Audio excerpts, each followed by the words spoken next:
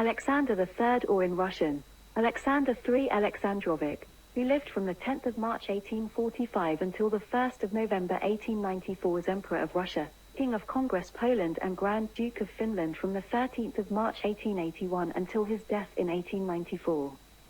He was highly reactionary and reversed some of the liberal reforms of his father, Alexander II. This policy is known in Russia as contrareformy or counter-reforms. Under the influence of Konstantin Pobedonostsev, 1827–1907, he opposed any reform that limited his autocratic rule. During his reign, Russia fought no major wars. He was therefore styled the peacemaker in Russian, Mirotvorets. It was he who helped forge the Russo-French alliance. Grand Duke Alexander Alexandrovich was born on the 10th of March 1845 at the Winter Palace in St. Petersburg, Russian Empire, the second son and third child of Tsarevich Alexander, the future Alexander II, and his first wife Maria Alexandrova, Princess Marie of Hesse. He was born during the reign of his grandfather Tsar Nicholas I. In disposition, Alexander bore little resemblance to his soft-hearted, liberal father, and still less to his refined, philosophic, sentimental, chivalrous, yet cunning great-uncle Emperor Alexander I. Although an enthusiastic amateur musician and patron of the ballet, Alexander was seen as lacking refinement and elegance. Indeed, he rather relished the idea of being of the same rough texture as some of his subjects. His straightforward, abrupt manner savored sometimes of gruffness, while his direct, unadorned method of expressing himself harmonized well with his rough-hewn, immobile features and somewhat sluggish movements. His education was not such as to soften these peculiarities. Alexander was 190.5 centimeters or 6 foot 3 inches tall. Alexander was extremely strong. He tore packs of cards in half with his bare hand to entertain his children. When the Austrian ambassador in St. Petersburg said that Austria would mobilize 2 or 3 army corps against Russia, he twisted a silver fork into a knot and threw it onto the plate of the ambassador. He said, "That is what I am going to do to your 2 or 3 army corps." Unlike his extroverted wife, Alexander disliked social functions and avoided St. Petersburg. At palace balls, he was impatient for the events to end. He would order each musician of the orchestra to leave and turn off the lights until the guests left.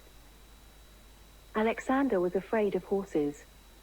In his childhood, he had had an unpleasant experience on a bad-tempered mount. His wife once convinced him to go on a carriage ride with her. As he reluctantly entered the carriage, the ponies reared back. He immediately left the carriage and no amount of pleading from his wife could convince him to get back in. An account from the memoirs of the artist Alexander Benoit gives one impression of Alexander III.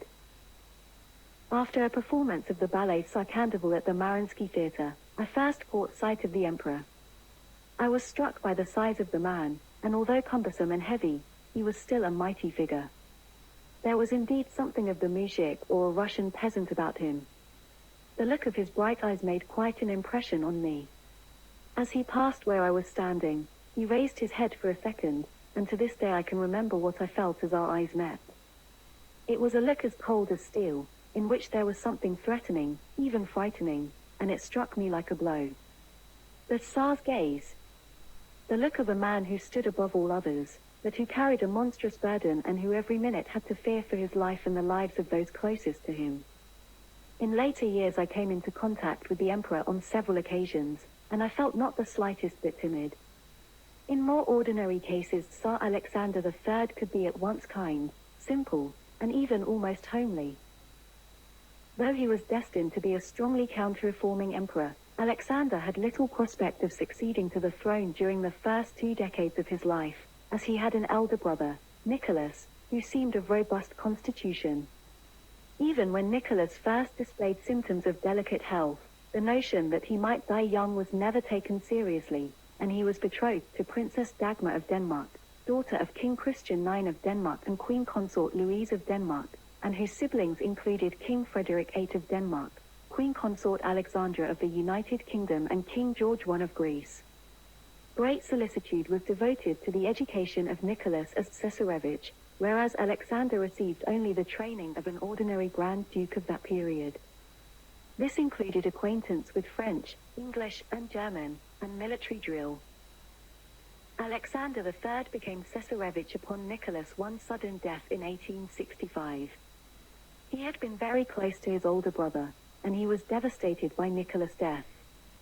When he became Tsar, he reflected that no one had such an impact on my life as my dear brother and friend Nixa, meaning Nicholas, and lamented that a terrible responsibility fell on my shoulders when Nicholas I died.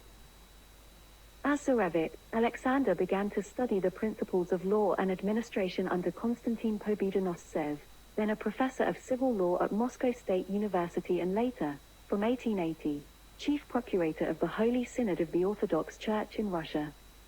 Pobedonostsev instilled into the young man's mind the belief that zeal for Russian Orthodox thought was an essential factor of Russian patriotism to be cultivated by every right-minded emperor. While he was heir apparent from 1865 to 1881, Alexander did not play a prominent part in public affairs, but allowed it to become known that he had ideas which did not coincide with the principles of the existing government. On his deathbed, Nicholas I allegedly expressed the wish that his fiancée, Princess Dagmar of Denmark, should marry Alexander III. Alexander's parents encouraged the match. On the 2nd of June 1866, Alexander went to Copenhagen to visit Dagmar. When they were looking at photographs of the deceased Nicholas I, Alexander proposed to Dagmar. On the 9th of November, the 28th of October Julian calendar, 1866, in the Grand Church of the Winter Palace in St. Petersburg, Alexander wed Dagmar, who converted to Orthodox Christianity and took the name Maria Fyodorova. The union proved a happy one to the end. Unlike nearly all of his predecessors since Peter I, there was no adultery in his marriage. The couple spent their wedding night at the Tsarevich's private dacha known as My Property. Alexander and his father became estranged due to their different political views. In 1870, Alexander II supported Prussia in the Franco-Prussian War, which angered Alexander. Influenced by his Danish wife Dagmar, Alexander criticized the short-sighted government for helping the Prussian pigs. Alexander resented his father for having a long-standing relationship with Catherine Dolgorukov, with whom he had several illegitimate children, while his mother, the Empress, was suffering from chronic ill health. 2 days after Empress Marie died, his father told him, "I shall live as I wish, and my union with Princess Dolgorukova is definite," but assured him that your rights will be safeguarded. Alexander III was furious over his father's decision to marry Catherine a month after his mother's death. She believed forever ruined all the dear good memories of family life. His father threatened to disinherit him if he left court out of protest against the marriage. He privately denounced Catherine as the outsider and complained that she was designing and immature. After his father's assassination, he reflected that his father's marriage to Catherine had caused the tragedy. All the scum burst out and swallowed all that was holy. An angel flew away and everything turned to ashes. Finally culminating in the dreadful, incomprehensible 1st of March. On the 13th of March 1881, Gregorian calendar, Alexander's father, Alexander II, was assassinated by members of the extremist organization Narodnaya Volya, or People's War Party. As a result, he ascended to the Russian imperial throne in Nenel. He and Maria Fyodorova were officially crowned and anointed at the Assumption Cathedral in Moscow on the 27th of May 1883. Alexander's ascension to the throne was followed by an outbreak of anti-Jewish riots. Alexander III disliked the extravagance of the rest of his family. It was also expensive for the crown to pay so many Grand Dukes each year. Each one received an annual salary of 250,000 rubles, and Grand Duchesses received a dowry of 1 million when they married. He limited the title of Grand Duke and Duchess to only children and male-line grandchildren of emperors. The rest would bear a princely title and the style of Serene Highness. He also forbade morganatic marriages, as well as those outside of the orthodoxy. On the day of his assassination, Alexander II signed an ukaz setting up consultative commissions to advise the monarch. On ascending to the throne, however, Alexander III took Pobedonosttsev's advice and cancelled the policy before its publication. He made it clear that his autocracy would not be limited. All of Alexander III's internal reforms aimed to reverse the liberalization that had occurred in his father's reign. The new emperor believed that remaining true to Russian orthodoxy, autocracy, and nationality, the ideology introduced by his grandfather, Emperor Nicholas I, would save Russia from revolutionary agitation. Alexander weakened the power of the Zemstvo, elective local administrative bodies, and placed the administration of peasant communes under the supervision of landowning proprietors appointed by his government. These land captains, zemsky nachalniki, were feared and resented throughout the empire's peasant communities. These acts weakened the nobility and the peasantry and brought imperial administration under the emperor's personal control. In such policies, Alexander III followed the advice of Constantine Pobedonostsev, who retained control of the church in Russia through his long tenure as procurator of the Holy Synod from 1880 to 1905 and who became tutor to Alexander's son and heir, Nicholas. Pobedonostsev appears as Toporov in Tolstoy's novel Resurrection. Other conservative advisors included Count D.A. Tolstoy, Minister of Education, and later of Internal Affairs, and I.N. Danovo, D.A. Tolstoy's successor in the latter post. Mikhail Katkov and other journalists supported the emperor in his autocracy. The Russian famine of 1891–92, which caused 375,000 to 500,000 deaths, and the ensuing cholera epidemic permitted some liberal activity, as the Russian government could not cope with the crisis and had to allow zemstvos to help with relief. Among others, Leo Tolstoy helped with relief efforts on his estate and through the British press, and Chekhov directed anti-cholera precautions in several villages. Alexander's political ideal was a nation composed of a single nationality, language, and religion, all under one form of administration. Through the teaching of the Russian language in Russian schools in Germany, Poland, and Finland, the destruction of the remnants of German, Polish, and Swedish institutions in the respective provinces, and the patronization of Eastern Orthodoxy, he attempted to realize this ideal. Alexander was hostile to Jews. His reign witnessed a sharp deterioration in the Jews' economic, social, and political condition. His policy was eagerly implemented by Tsarist officials in the May Laws of 1882. These laws encouraged open anti-Jewish sentiment and dozens of pogroms across the western part of the empire. As a result, many Jews emigrated to Western Europe and the United States. They banned Jews from inhabiting rural areas and shtetls, even within the Pale of Settlement, and restricted the occupations in which they could engage. Encouraged by its successful assassination of Alexander II, the Narodnaya Volya movement began planning the murder of Alexander III. The Okhrana uncovered the plot and 5 of the conspirators, including Alexander Ulyanov, the older brother of Vladimir Lenin, were captured and hanged in May 1887. The general negative consensus about the Tsars' foreign policy follows the conclusions of the British Prime Minister Lord Salisbury in 1885, who commented, "It is very difficult to come to any satisfactory conclusion as to the real objects of Russian policy. I am more inclined to believe there are none, that the emperor is really his own minister, and so bad a minister that no consequent or coherent policy is pursued, but that each influential person, military or civil, snatches from him as opportunity offers the decisions which such person at the moment wants, and that the mutual effect of these decisions on each other is determined almost exclusively by chance." In foreign affairs, Alexander III was a man of peace, but not at any price, and held that the best means of averting war is to be well prepared for it. Diplomat Nikolai Gers, scion of a rich and powerful family, served as his foreign minister from 1882 to 1895 and established the peaceful policies for which Alexander has been given credit.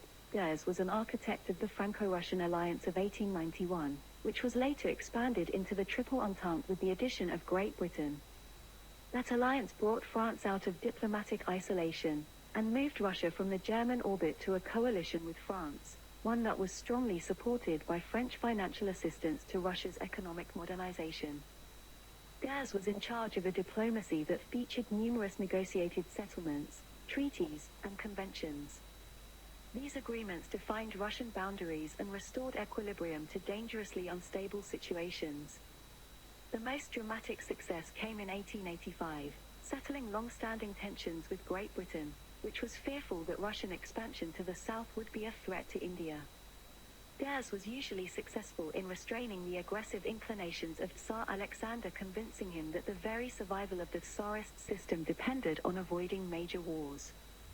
With a deep insight into the Tsar's moods and views, Czars was usually able to shape the final decisions by outmaneuvering hostile journalists, ministers, and even the Tsarina, as well as his own ambassadors. His Russia fought no wars. Though Alexander was indignant at the conduct of German Chancellor Otto von Bismarck towards Russia, he avoided an open rupture with Germany, even reviving the League of Three Emperors for a period of time, and in 1887, signed the Reinsurance Treaty with the Germans. However, in 1890, the expiration of the treaty coincided with the dismissal of Bismarck by the new German Emperor, Kaiser Wilhelm II, for whom the Tsar had an immense dislike, and the unwillingness of Wilhelm II's government to renew the treaty. In response, Alexander III then began cordial relations with France, eventually entering into an alliance with the French in 1892. Despite chilly relations with Berlin, the Tsar nevertheless confined himself to keeping a large number of troops near the German frontier. With regard to Bulgaria, he exercised similar self-control. The efforts of Prince Alexander and afterwards of Stambulov to destroy Russian influence in the principality roused his indignation, but he vetoed all proposals to intervene by force of arms. In Central Asian affairs, he followed the traditional policy of gradually extending Russian domination without provoking conflict with the United Kingdom, and he never allowed the bellicose partisans of a forward policy to get out of hand. His reign cannot be regarded as an eventful period of Russian history, but under his hard rule the country made considerable progress. Alexander and his wife regularly spent their summers at Langinkoski Manor along the Kymi River near Kotka on the Finnish coast, where their children were immersed in a Scandinavian lifestyle of relative modesty.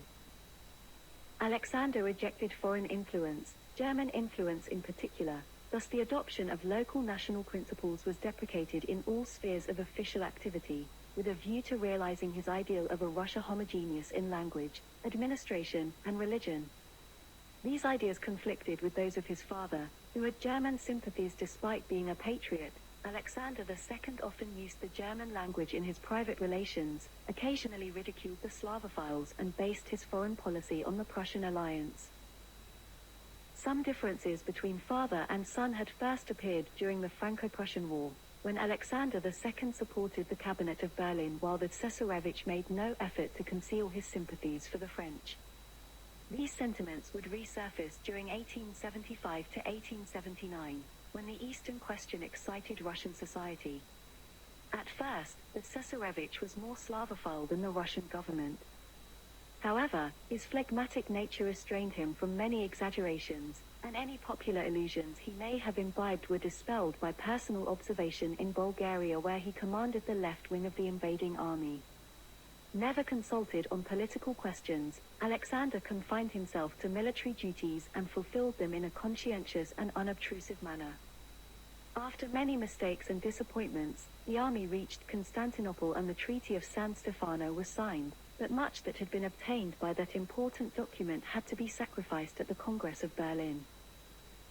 Bismarck failed to do what was expected of him by the Russian emperor.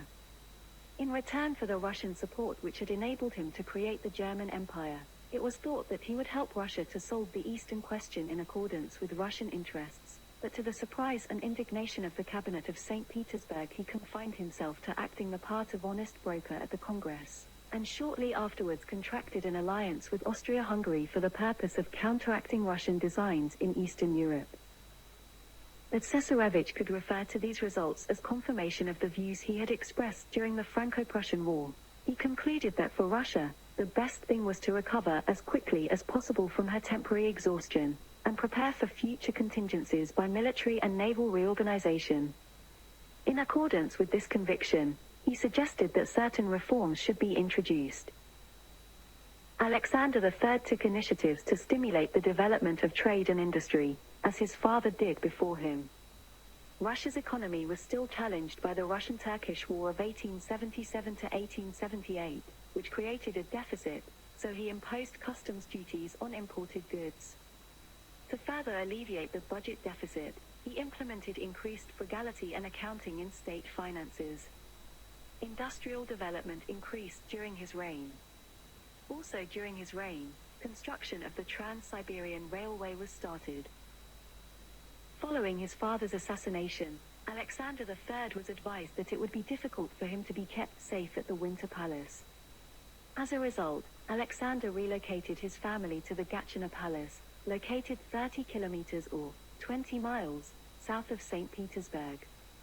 The palace was surrounded by moats, watchtowers, and trenches, and soldiers were on guard night and day. Under heavy guard, he would make occasional visits into St. Petersburg, but even then he would stay in the Anichkov Palace, as opposed to the Winter Palace. Alexander resented having to take refuge at Gatchina. Grand Duke Alexander Mikhailovich of Russia remembered hearing Alexander say, "To think that after having faced the guns of the Turks I must retreat now before these skunks." In the 1860s, Alexander fell in love with his mother's lady-in-waiting, Princess Maria Elimovna Meshkovskaya. Dismayed to learn that Prince Wittgenstein had proposed to her in early 1866, he told his parents that he was prepared to give up his rights of succession in order to marry his beloved Dusenka. On the 19th of May 1866, Alexander II informed his son that Russia had come to an agreement with the parents of Princess Dagmar of Denmark, the fiancée of his late elder brother Nicholas. Initially, Alexander refused to travel to Copenhagen because he wanted to marry Maria.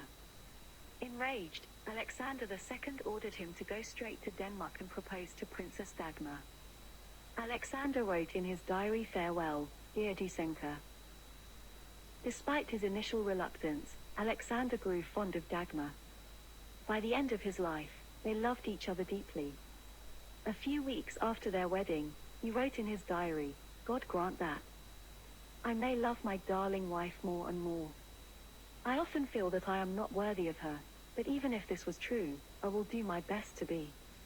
When she left his side, he missed her bitterly and complained, "My sweet darling Minnie, for 5 years we've never been apart and Gatchina is empty and sad without you." In 1885, he commissioned Peter Carl Feyberge to produce the first of what were to become a series of jeweled Easter eggs, now called Feyberge eggs, for her as an Easter gift. Dagmar was so delighted by the first hen egg that Alexander gave her an egg every year as an Easter tradition. After Alexander died, his heir Nicholas II continued the tradition and commissioned 2 eggs, one for his wife, Empress Alexandra Fyodorova, and one for his mother, Dagmar, every Easter. When she nursed him in his final illness, Alexander told Dagmar, "Even before my death, I have got to know an angel." He died in Dagmar's arms, and his daughter Olga noted that my mother still held him in her arms long after he died. Alexander III had 6 children by Dagmar, 5 of whom survived into adulthood. Nicholas II, born 1868, who would succeed him as the last Tsar of Russia, George, born 1871, Xenia, born 1875, Michael, born 1878, and Olga, born 1882.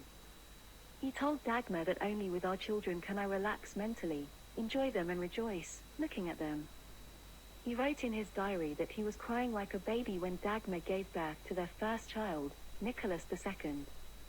He was much more lenient with his children than most European monarchs, and he told their tutors, "I do not need porcelain, I want normal healthy Russian children." General Sherevin believed that the clever George was the favorite of both parents. Alexander enjoyed a more informal relationship with his youngest son Michael and doted on his youngest daughter, Olga. Alexander was concerned that his heir apparent, Nicholas, was too gentle and naive to become an effective emperor. When Witt suggested that Nicholas participate in the Trans-Siberian Committee, Alexander said, "Have you ever tried to discuss anything of consequence with His Imperial Highness the Grand Duke? Don't tell me you never noticed the Grand Duke is an absolute child. His opinions are utterly childish. How could he preside over such a committee?" He was worried that Nicholas had no experiences with women and arranged for the Polish ballerina Matilda Krzeszynskaya to become his son's mistress. Even at the end of his life, he considered Nicholas a child and told him, "I can't imagine you as a fiancé. How strange and unusual." Each summer his parents-in-law, King Christian IX and Queen Louise held family reunions at the Danish royal palaces of Fredensborg and Bernstorff, bringing Alexander, Maria, and their children to Denmark. His sister-in-law, the Princess of Wales, would come from Great Britain with some of her children, and his brother-in-law and cousin-in-law, King George I of Greece, his wife, Queen Olga, who was a first cousin of Alexander III and a Romanov Grand Duchess by birth, came with their children from Athens.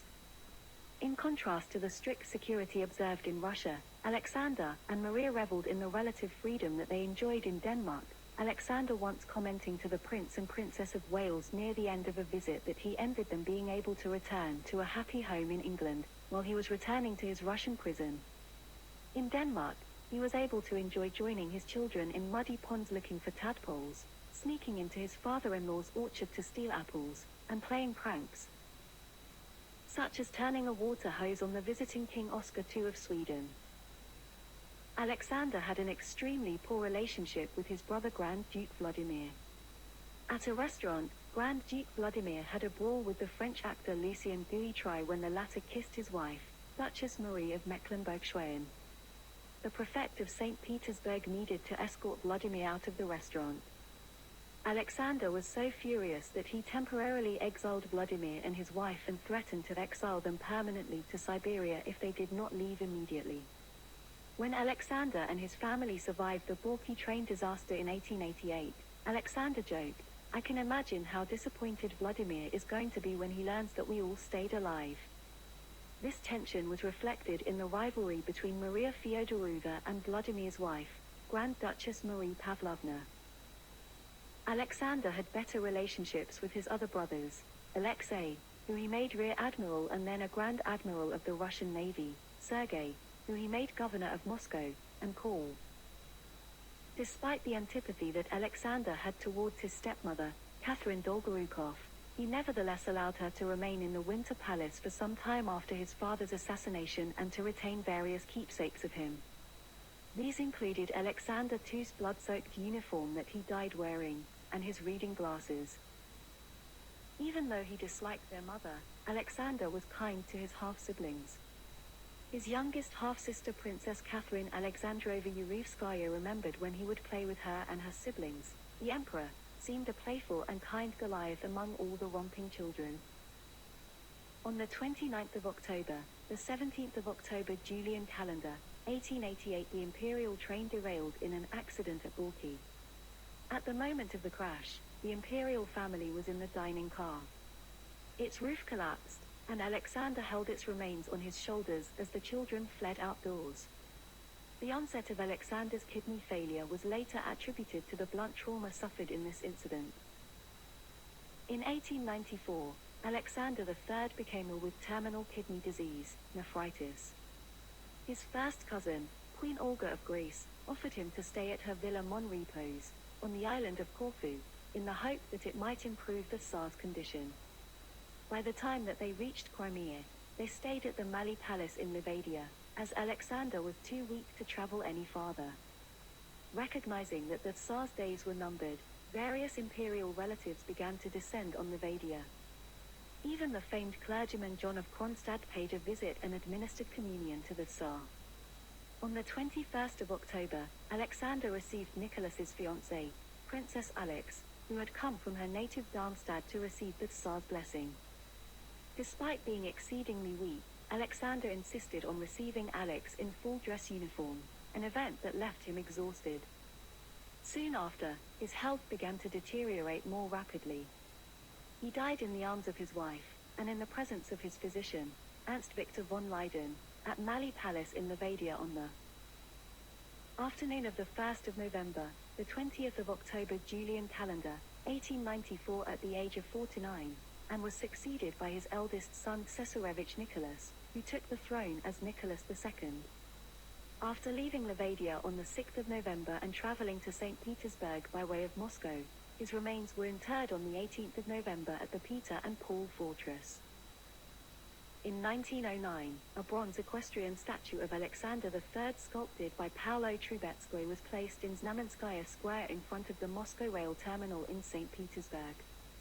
Both the horse and rider were sculpted in massive form, leading to the nickname of Hippopotamus. Trubetskoy envisioned the statue as a caricature, jesting that he wished to portray an animal atop another animal, and it was quite controversial at the time, with many, including the members of the imperial family, opposed to the design, but it was approved because the Empress Dowager unexpectedly liked the monument. Following the revolution of 1917, the statue remained in place as a symbol of Tsarist autocracy until 1937, when it was placed in storage. In 1994 it was again put on public display, in front of the Marble Palace. Another memorial is located in the city of Irkutsk at the Angara embankment. On the 18th of November 2017, Vladimir Putin unveiled a bronze monument to Alexander III on the site of the former Mali Levadia Palace in Crimea. The 4-meter monument by Russian sculptor Andrei Kovalchuk depicts Alexander III sitting on a stump, his stretched arms resting on a saber. An inscription repeats his saying, "Russia has only two allies, the army and the navy." Alexander III is believed to be Putin's favorite predecessor. On the 5th of June 2021 he unveiled a further monument to him on the site of Gatchina Palace. Tsar Alexander III of Russia. Reference style was addressed as His Imperial Majesty. In spoken style as Your Imperial Majesty. Or alternative style as Sir. His titles and styles from the 10th of March 1845 to the 2nd of March 1865 was His Imperial Highness Grand Duke Alexander Alexandrovich of Russia. From the 2nd of March 1865 to the 13th of March 1881 was His Imperial Highness the Tsarevich of Russia. And from the 13th of March 1881 to the 1st of November 1894.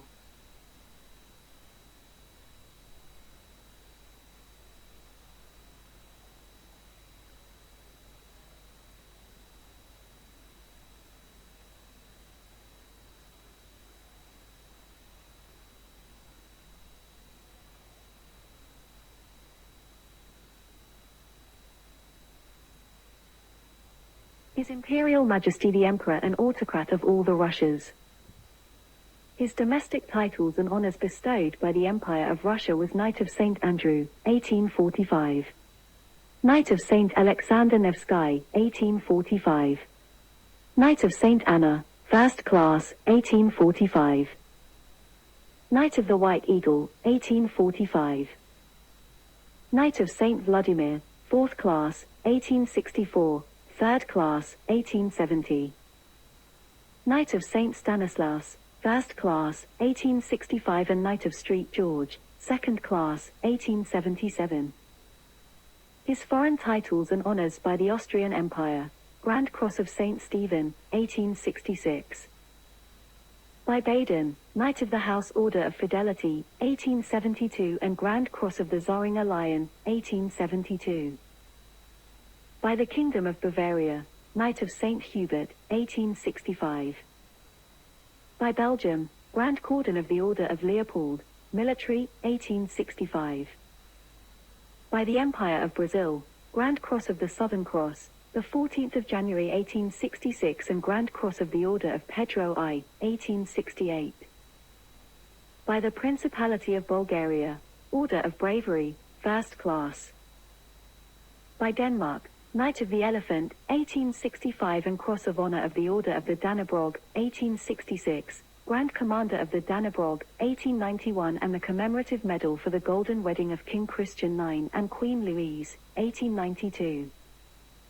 By the Saxe-Coburg and Gotha Duchy of Saxe-Altenburg, Saxe-Meiningen Ernestine Duchess, Grand Cross of the Saxe-Ernestine House Order, 1884. By France, Grand Cross of the Legion of Honor, 1878. By Greece or the Kingdom of Greece, Grand Cross of the Redeemer, 1866. By the Kingdom of Hawaii, Grand Cross of the Order of Kamehameha I, 1881. By the Kingdom of Hanover, Knight of St. George, 1865, Grand Cross of the Royal Guelphic Order, 1865. By the Grand Duchy of Hesse, Grand Cross of the Ludwig Order, 1857.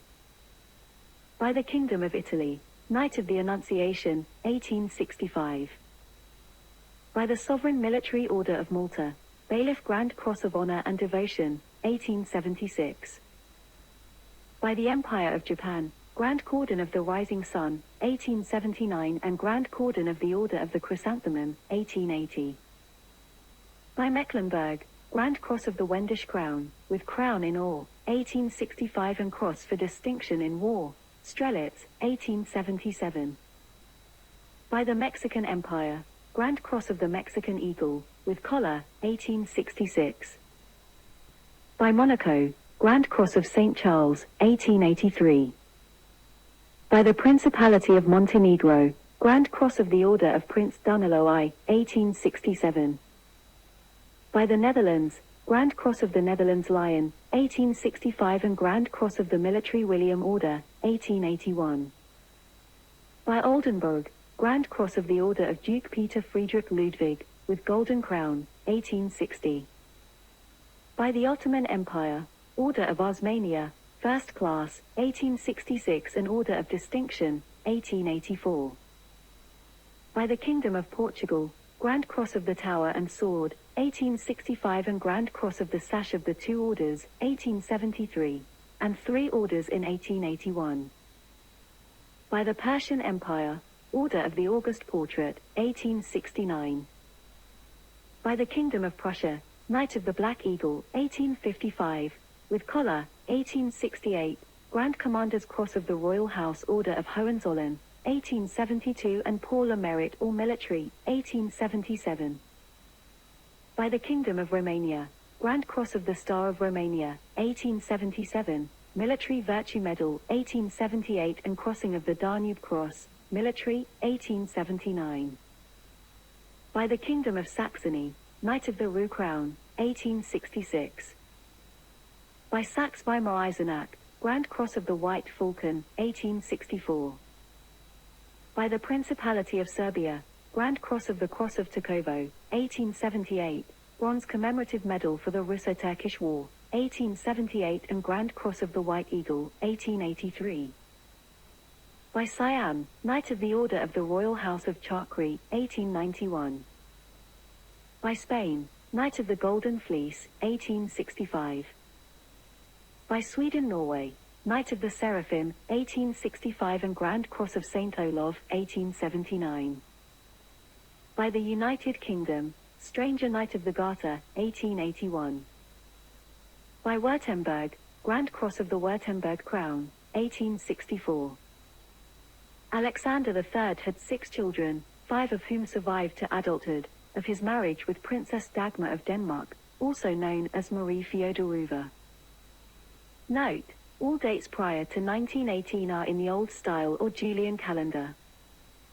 Emperor Nicholas II of Russia, 1868 to 1918, who married on the 26th of November 1894, Princess Alix of Hesse, 1872 to 1918, and had 5 children. Grand Duke Alexander Alexandrovich of Russia, 1869 to 1870, and died of meningitis, aged 10 months and 26 days. Grand Duke George Alexandrovich of Russia, 1871 to 1899, who died of tuberculosis, aged 28, had no children. Grand Duchess Zina Alexandrova of Russia, 1875 to 1960, who was married on the 6th of August 1894 to Grand Duke Alexander Mikhailovich of Russia, 1866 to 1933, had 7 children. Grand Duke Michael Alexandrovich of Russia, 1878 to 1918, who married on the 16th of October 1912, Natalia Sergeyevna Wolfert, 1880 to 1952, and had 1 child. Grand Duchess Olga Alexandrova of Russia, 1882 to 1960, who was married on the 9th of August 1901 to Duke Peter Alexandrovich of Oldenburg, 1868 to 1924, but divorced on the 16th of October 1916, had no children. Was remarried on the 16th of November 1916 to Colonel Nikolai Kulikovsky, 1881 to 1958, had 2 children.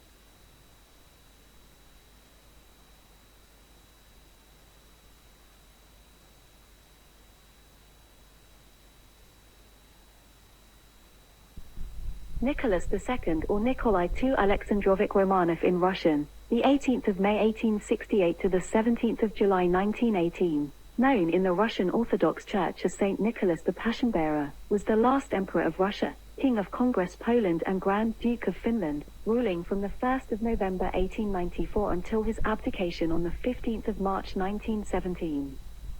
During his reign, Nicholas gave support to the economic and political reforms promoted by his prime ministers, Sergei Witte and Pyotr Stolypin. He advocated modernization based on foreign loans and close ties with France, but resisted giving the new parliament, the Duma, major roles. Ultimately, progress was undermined by Nicholas's commitment to autocratic rule, strong aristocratic opposition and defeats sustained by the Russian military in the Russo-Japanese War and World War I. By March 1917, public support for Nicholas had collapsed and he was forced to abdicate the throne, thereby ending the Romanov dynasty's 304-year rule of Russia from 1613 to 1917. Nicholas signed the Anglo-Russian Convention of 1907, which was designed to counter Germany's attempts to gain influence in the Middle East. It ended the great game of confrontation between Russia and the British Empire. He aimed to strengthen the Franco-Russian alliance and proposed the unsuccessful Hague Convention of 1899 to promote disarmament and solve international disputes peacefully. Domestically, he was criticized for his government's repression of political opponents and his perceived fault or inaction during the Kodinka tragedy, anti-Jewish pogroms, Bloody Sunday, and the violent suppression of the 1905 Russian Revolution. His popularity was further damaged by the Russo-Japanese War, which saw the Russian Baltic Fleet annihilated at the Battle of Tsushima, together with the loss of Russian influence over Manchuria and Korea and the Japanese annexation of the south of Sakhalin Island. During the July crisis, Nicholas supported Serbia and approved the mobilization of the Russian army on the 30th of July 1914. In response, Germany declared war on Russia on the 1st of August 1914 and its ally France on the 3rd of August 1914, starting the Great War, later known as the First World War. The severe military losses led to a collapse of morale at the front and at home. A general strike and a mutiny of the garrison in Petrograd sparked the February Revolution and the disintegration of the monarchy's authority. After abdicating for himself and his son, Nicholas and his family were imprisoned by the Russian Provisional Government and exiled to Siberia. After the Bolsheviks took power in the October Revolution, the family was held in Yekaterinburg, where they were executed on the 17th of July 1918. In 1981, Nicholas, his wife, and their children were recognized as martyrs by the Russian Orthodox Church outside Russia, based in New York City. Their gravesite was discovered in 1979, but this was not acknowledged until 1989. After the fall of the Soviet Union, the remains of the imperial family were exhumed, identified by DNA analysis, and reinterred with an elaborate state and church ceremony in St. Petersburg on the 17th of July 1998, exactly 80 years after their deaths. They were canonized in 2000 by the Russian Orthodox Church as Passion Bearers. In the years following his death, Nicholas was reviled by Soviet historians and state propaganda as a callous tyrant who persecuted his own people while sending countless soldiers to their deaths in pointless conflicts. Despite being viewed more positively in recent years, the majority view among historians is that Nicholas was a well-intentioned yet poor ruler who proved incapable of handling the challenges facing his nation. Grand Duke Nicholas was born on the 18th of May 1868, or the 6th of May in the old-style Julian calendar, in the Alexander Palace in Tsarskoye Selo south of St. Petersburg, during the reign of his grandfather Emperor Alexander II. He was the eldest child of then Cesarevich Alexander III Alexandrovich and his wife, Cesarevna Maria Fyodorova, Princess Dagmar of Denmark. Grand Duke Nicholas' father was heir apparent to the Russian throne as the second but eldest surviving son of Emperor Alexander II of Russia. He had 5 younger siblings: Alexander, 1869 to 1870, George, 1871 to 1899, Zenir, 1875 to 1960, Michael, 1878 to 1918, and Olga, 1882 to 1960. Nicholas often referred to his father nostalgically in letters after Alexander III's death in 1894. He was also very close to his mother, as revealed in their published letters to each other.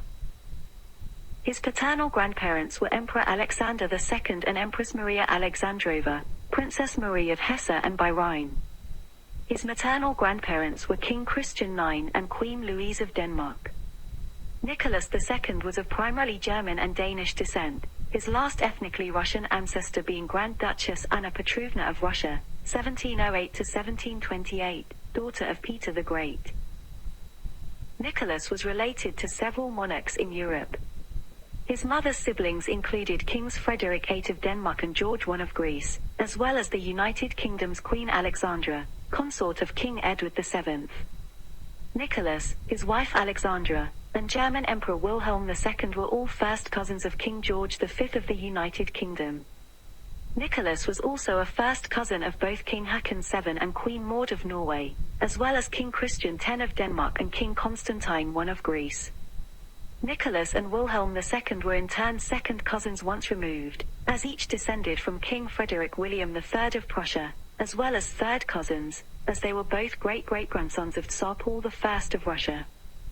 In addition to being second cousins through descent from Louis II, Grand Duke of Hesse and his wife Princess Wilhelmine of Baden, Nicholas and Alexandra were also third cousins once removed, as they were both descendants of King Frederick William II of Prussia. Tsar Nicholas II was the first cousin once removed of Grand Duke Nicholas Nikolaevich. To distinguish between them, the Grand Duke was often known within the imperial family as Nicholasha and Nicholas the Tall, while the Tsar was Nicholas the Short. In his childhood, Nicholas, his parents, and siblings made annual visits to the Danish royal palaces of Fredensborg and Bernstorff to visit his grandparents, the king and queen. The visits also served as family reunions, as his mother's siblings would also come from the United Kingdom, Germany, and Greece with their respective families. It was there in 1883 that he had a flirtation with one of his British first cousins, Princess Victoria. In 1873, Nicholas also accompanied his parents and younger brother, 2-year-old George, on a 2-month, semi-official visit to the United Kingdom. In London, Nicholas and his family stayed at Marlborough House, as guests of his Uncle Bertie and Aunt Alex, the Prince and Princess of Wales, where he was spoiled by his uncle. On the 1st of March 1881, following the assassination of his grandfather, Tsar Alexander II, Nicholas became heir apparent upon his father's accession as Alexander III. Nicholas and his other family members bore witness to Alexander II's death, having been present at the Winter Palace in St. Petersburg, where he was brought after the attack. For security reasons, the new Tsar and his family relocated their primary residence to the Gatchina Palace outside the city, only entering the capital for various ceremonial functions. On such occasions, Alexander III and his family occupied the nearby Anichkov Palace. In 1884, Nicholas's coming-of-age ceremony was held at the Winter Palace, where he pledged his loyalty to his father. Later that year, Nicholas's uncle, Grand Duke Sergei Alexandrovich, married Princess Elizabeth, daughter of Louis IV, Grand Duke of Hesse, and his late wife Princess Alice of the United Kingdom, who had died in 1878, and a granddaughter of Queen Victoria.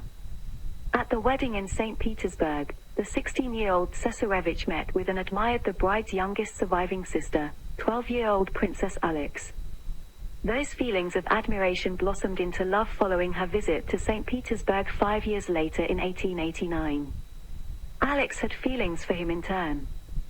As a devout Lutheran, she was initially reluctant to convert to Russian Orthodoxy to marry Nicholas, but later relented. In 1890, Nicholas, his younger brother George, and their cousin Prince George of Greece, set out on a world tour, although Grand Duke George fell ill and was sent home partway through the trip. Nicholas visited Egypt, India, Singapore, and Siam, former name for Thailand, receiving honors as a distinguished guest in each country. During his trip through Japan, Nicholas had a large dragon tattooed on his right forearm by Japanese tattoo artist Hori Chiyo. His cousin George V of the United Kingdom had also received a dragon tattoo from Hori in Yokohama years before. It was during his visit to Otsu that Suda-sans, one of his escorting policemen, swung at the Tsarevich's face with a saber, an event known as the Tsu incident. Nicholas was left with a 9-centimeter long scar on the right side of his forehead, but his wound was not life-threatening. The incident cut his trip short. Returning overland to St. Petersburg, he was present at the ceremonies in Vladivostok commemorating the beginning of work on the Trans-Siberian Railway. In 1893, Nicholas traveled to London on behalf of his parents to be present at the wedding of his cousin the Duke of York to Princess Mary of Teck.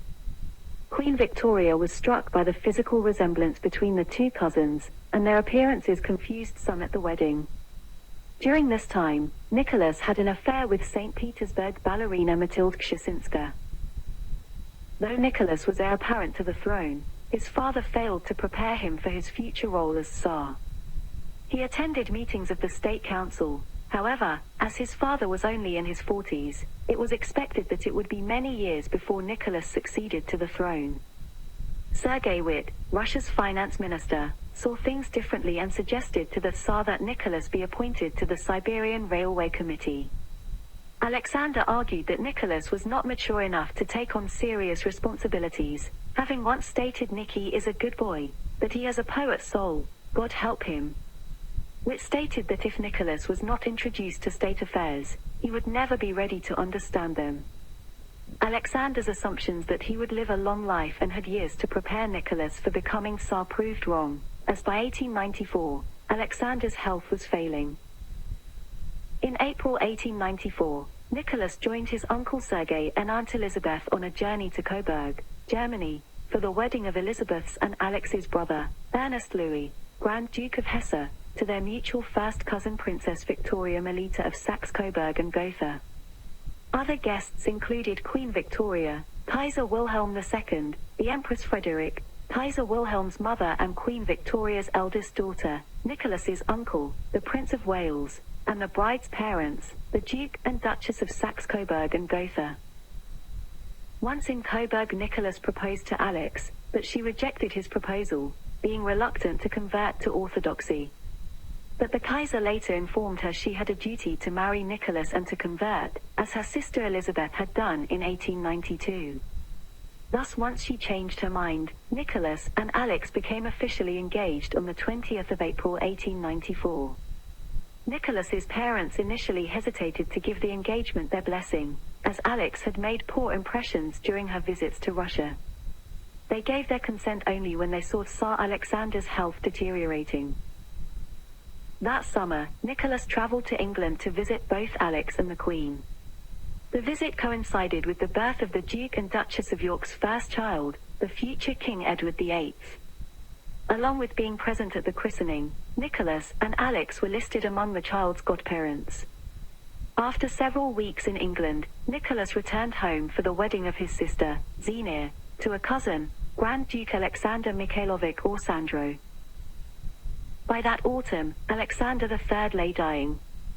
Upon learning that he would live only a fortnight, the Tsar had Nicholas summon Alex to the imperial palace at Levadia. Alex arrived on the 22nd of October. The Tsar insisted on receiving her in full uniform. From his deathbed, he told his son to heed the advice of Witt, his most capable minister. 10 days later, Alexander III died at the age of 49, leaving 26-year-old Nicholas as Emperor of Russia.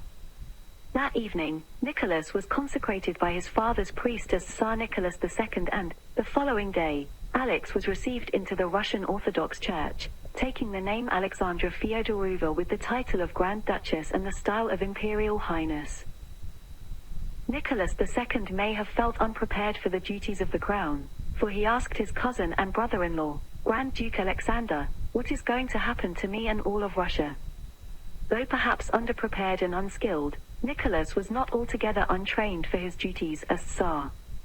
Nicholas chose to maintain the conservative policies favored by his father throughout his reign. While Alexander III had concentrated on the formulation of general policy, Nicholas devoted much more attention to the details of administration.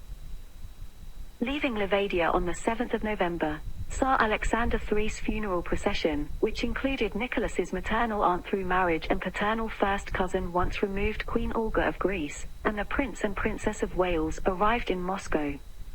After lying in state in the Kremlin, the body of the Tsar was taken to St. Petersburg, where the funeral was held on the 19th of November. Nicholas and Alex's wedding was originally scheduled for the spring of 1895, but it was moved forward at Nicholas's insistence.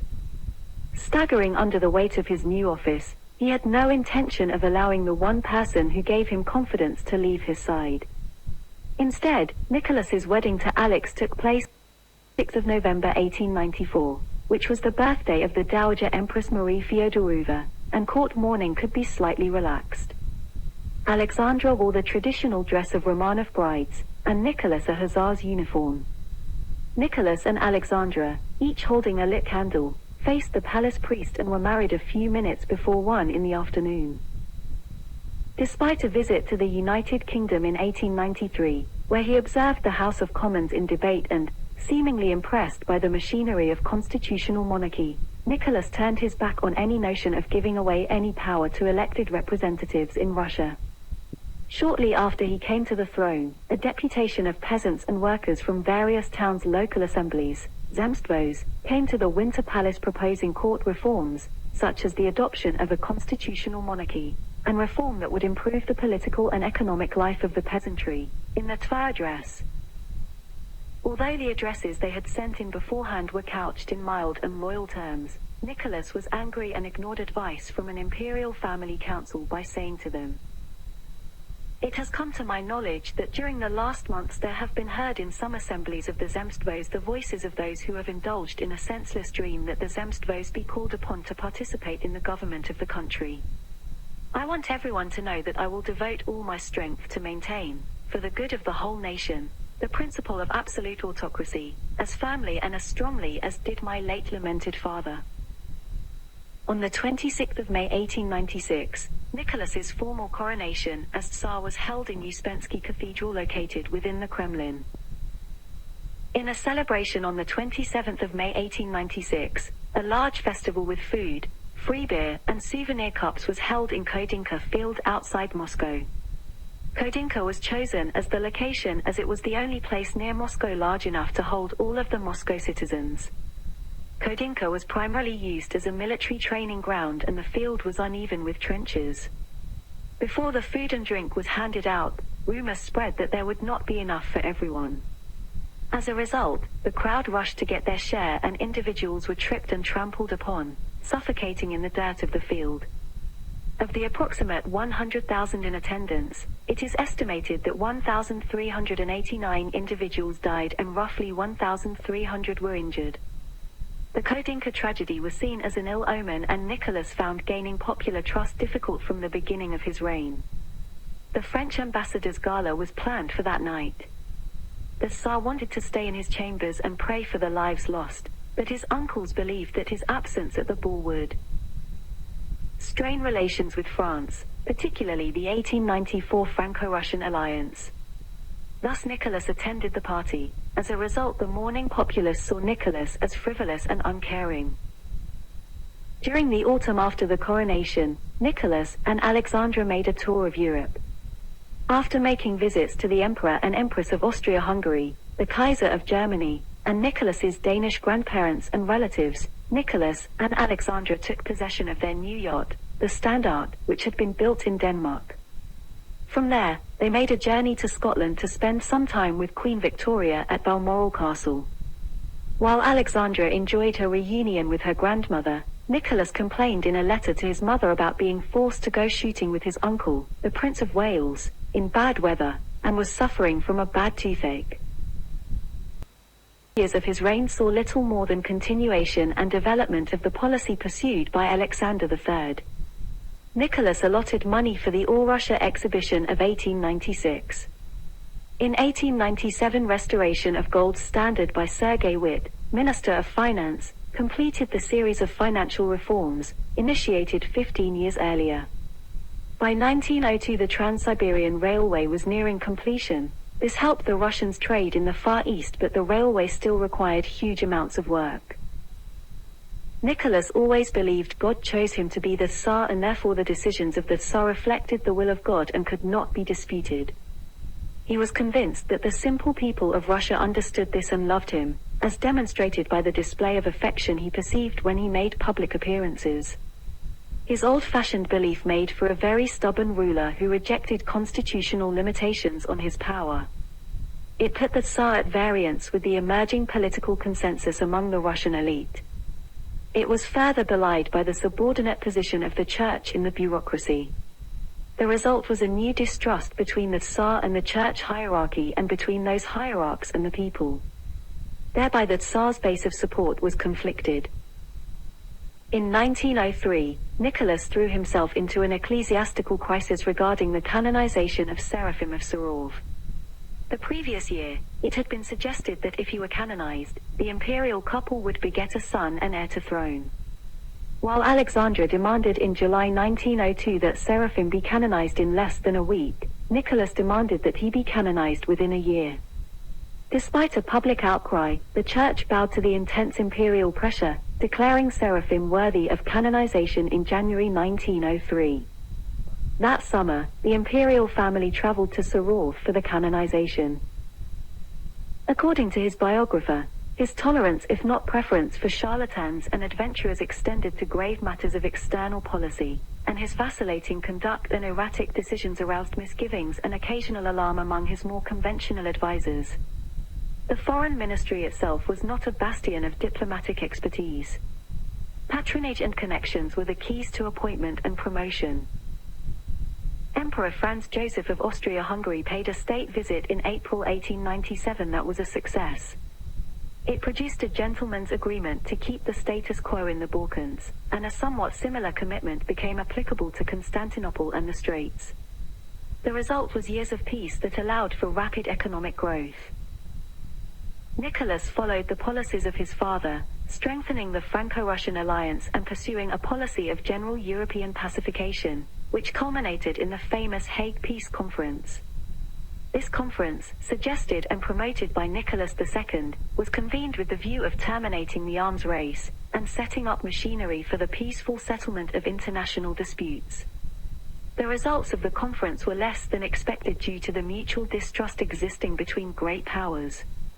Nevertheless, the Hague Conventions were among the first formal statements of the laws of war. Nicholas II became the hero of the dedicated disciples of peace. In 1901 he and the Russian diplomat Friedrich Martins were nominated for the Nobel Peace Prize for the initiative to convene the Hague Peace Conference and contributing to its implementation. However, historian Daniel Morrill states that most scholars agree that the invitation was conceived in fear, brought forth in deceit, and swaddled in humanitarian ideals, not from humanitarianism, not from love for mankind. A clash between Russia and the Empire of Japan was almost inevitable by the turn of the 20th century. Russia had expanded in the Far East, and the growth of its settlement and territorial ambitions, as its southward path to the Balkans was frustrated, conflicted with Japan's own territorial ambitions on the Asian mainland. Nicholas pursued an aggressive foreign policy with regards to Manchuria and Korea, and strongly supported the scheme for timber concessions in these areas as developed by the Bezo-Brezov Group. Before the war in 1901, Nicholas told Prince Henry of Prussia, "I do not want to seize Korea, but under no circumstances can I allow Japan to become firmly established there. That will be a casus belli." War began in February 1904 with a preemptive Japanese attack on the Russian fleet in Port Arthur, prior to a formal declaration of war. With the Russian Far East Fleet trapped at Port Arthur, the only other Russian fleet was the Baltic Fleet. It was half a world away, but the decision was made to send the fleet on a 9-month voyage to the east. The United Kingdom would not allow the Russian Navy to use the Suez Canal, due to its alliance with the Empire of Japan, and due to the Dogger Bank incident where the Baltic Fleet mistakenly fired on British fishing boats in the North Sea. The Baltic Fleet traversed the world to lift the blockade on Port Arthur, but after many misadventures on the way, was nearly annihilated by the Japanese in the Battle of the Tsushima Strait. On land, the Imperial Russian Army experienced logistical problems. While commands and supplies came from St. Petersburg, combat took place in East Asian ports with only the Trans-Siberian Railway for transport of supplies as well as troops both ways. The 9,200-kilometer or 5,700 miles rail line between St. Petersburg and Port Arthur was single-track, with no track around Lake Baikal, allowing only gradual buildup of the forces on the front. Besieged Port Arthur fell to the Japanese after 9 months of resistance. As Russia faced imminent defeat by the Japanese, the call for peace grew. Nicholas's mother, as well as his cousin Emperor Wilhelm II, urged Nicholas to negotiate for peace. Despite the efforts, Nicholas remained evasive, sending a telegram to the Kaiser on the 10th of October that it was his intent to keep on fighting until the Japanese were driven from Manchuria. It was not until 27 to 28 May 1905 and the annihilation of the Russian fleet by the Japanese, that Nicholas finally decided to sue for peace. Nicholas II accepted American mediation, appointing Sergei Witte chief plenipotentiary for the peace talks. The war was ended by the signing of the Treaty of Portsmouth. Nicholas's stance on the war was so at variance with the obvious facts that many observers were baffled. He saw the war as an easy God-given victory that would raise Russian morale and patriotism. He ignored the financial repercussions of a long-distance war. Rotem Kauner argues that during his visit to Japan in 1891, where Nicholas was attacked by a Japanese policeman, he regarded the Japanese as small of stature, feminine, weak, and inferior. He ignored reports of the prowess of Japanese soldiers in the Sino-Japanese War, 1894-95, and reports on the capabilities of the Japanese fleet, as well as negative reports on the lack of readiness of Russian forces.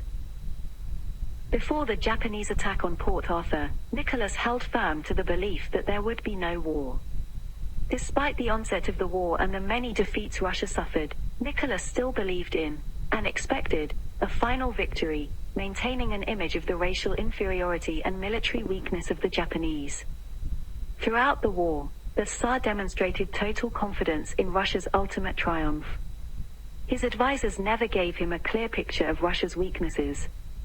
Despite the continuous military disasters, Nicholas believed victory was near at hand. Losing his navy at Tsushima finally persuaded him to agree to peace negotiations. Even then he insisted on the option of reopening hostilities if peace conditions were unfavorable. He forbade his chief negotiator Count Witte to agree to either indemnity payments or loss of territory. Nicholas remained adamantly opposed to any concessions. Peace was made, but Witte did so by disobeying the Tsar and ceding southern Sakhalin to Japan. A few days prior to Bloody Sunday, the 9th of January 1905, priest and labor leader Georgy Gapon informed the government of the forthcoming procession to the Winter Palace to hand a workers' petition to the Tsar. On Saturday, the 8th of January, the ministers convened to consider the situation. There was never any thought that the Tsar, who had left the capital for Tsarskoye Selo on the advice of the ministers, would actually meet Gapon. The suggestion that some other member of the imperial family received the petition was rejected. Finally informed by the prefect of police that he lacked the men to pluck Gapon from among his followers and place him under arrest, the newly appointed Minister of the Interior, Prince Sviatopokmersky, and his colleagues decided to bring additional troops to reinforce the city. That evening Nicholas wrote in his diary, "Troops have been brought from the outskirts to reinforce the garrison. Up to now the workers have been calm. Their number is estimated at 120,000. At the head of their union is a kind of socialist priest named Gapon. Mirsky came this evening to present his report on the measures taken." On Sunday, the 9th January 1905, Gapon began his march. Locking arms, the workers marched peacefully through the streets. Some carried religious icons and banners, as well as national flags and portraits of the Tsar. As they walked, they sang hymns and God Save the Tsar. At 2 p.m. all of the converging processions were scheduled to arrive at the Winter Palace. There was no single confrontation with the troops. Throughout the city, at bridges on strategic boulevards, the marchers found their way blocked by lines of infantry, backed by Cossacks and Hussars, and the soldiers opened fire on the crowd. The official number of victims was 92 dead and several hundred wounded. Gapon vanished and the other leaders of the march were seized. Expelled from the capital, they circulated through the empire, increasing the casualties. As bullets riddled their icons, their banners, and their portraits of Nicholas, the people shrieked, "The Tsar will not help us." Outside Russia, the future British Labour Prime Minister Ramsay MacDonald attacked the Tsar, calling him a blood-stained creature and a common murderer. That evening Nicholas wrote in his diary, "Difficult day. In St. Petersburg there were serious disturbances due to the desire of workers to get to the Winter Palace. The troops had to shoot in different places of the city. There were many dead and wounded. Lord, how painful and bad." His younger sister, Grand Duchess Olga Alexandrova, wrote afterwards, "Nicky had the police report a few days before. That Saturday he telephoned my mother at the Anichkov and said that she and I were to leave for Gatchina at once.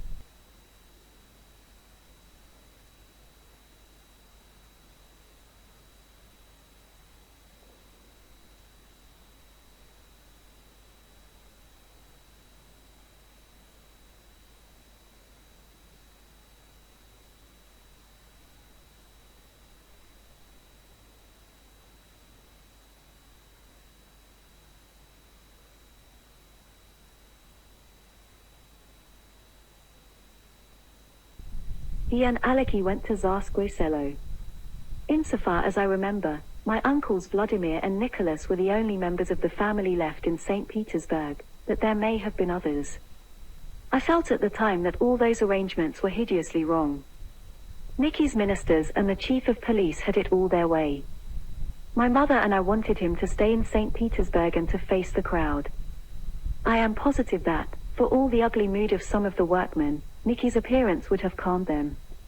They would have presented their petition and gone back to their homes. But that wretched Epiphany incident had left all the senior officials in a state of panic. They kept on telling Nicky that he had no right to run such a risk, that he owed it to the country to leave the capital, that even with the utmost precautions taken there might always be some loophole left. My mother and I did all we could to persuade him that the minister's advice was wrong. But Nicky preferred to follow it, and he was the first to repent when he heard of the tragic outcome. From his hiding place Gapon issued a letter, stating Nicholas Romanov, formerly Tsar and at present sole murderer of the Russian Empire. The innocent blood of workers, their wives and children lies forever between you and the Russian people. May all the blood which must be spilled fall upon you, you hangman. I call upon all the socialist parties of Russia to come to an immediate agreement among themselves and bring an armed uprising against Tsarism." Confronted with growing opposition and after consulting with Witt and Prince Sviatopokmersky, the Tsar issued a reform ukase on the 25th of December 1904 with vague promises. In hopes of cutting the rebellion short, many demonstrators were shot on Bloody Sunday, 1905, as they tried to march to the Winter Palace in St. Petersburg. Dmitry Fyodorovich Trepov was ordered to take drastic measures to stop the revolutionary activity. Grand Duke Sergei was killed in February by a revolutionary's bomb in Moscow as he left the Kremlin. On the 3rd of March the Tsar condemned the revolutionaries. Meanwhile, Witt recommended that a manifesto be issued. Schemes of reform would be elaborated by Gormikin and a committee consisting of elected representatives of the Zemstvos and municipal councils under the presidency of Witt. In June the battleship Potemkin, part of the Black Sea Fleet, mutinied. Around August-September, after his diplomatic success on ending the Russo-Japanese War, Witt wrote to the Tsar stressing the urgent need for political reforms at home. The Tsar remained quite impassive and indulgent. He spent most of that autumn hunting. With the defeat of Russia by a non-Western power, the prestige and authority of the autocratic regime fell significantly. Tsar Nicholas II, taken by surprise by the events, reacted with anger and bewilderment. He wrote to his mother after months of disorder, "It makes me sick to read the news. Nothing but strikes in schools and factories, murdered policemen, car sacks and soldiers, riots, disorder, mutinies.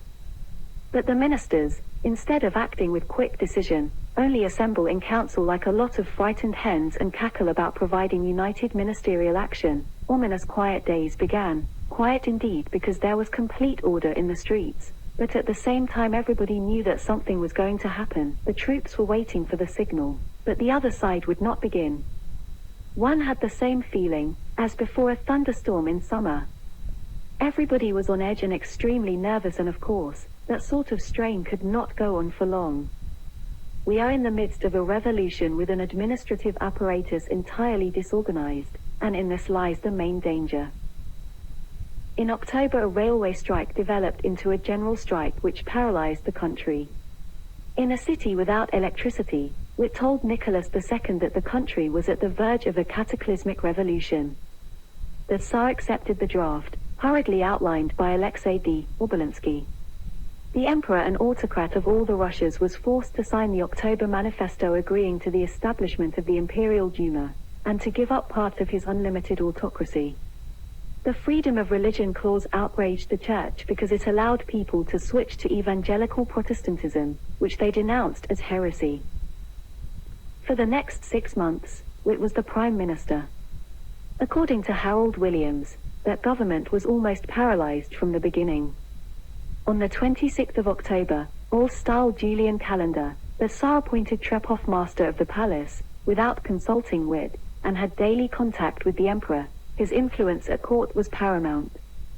On the 1st of November 1905, Julian calendar, Princess Milika of Montenegro presented Grigory Rasputin to Tsar Nicholas and his wife, who by then had a hemophiliac son, at Peterhof Palace.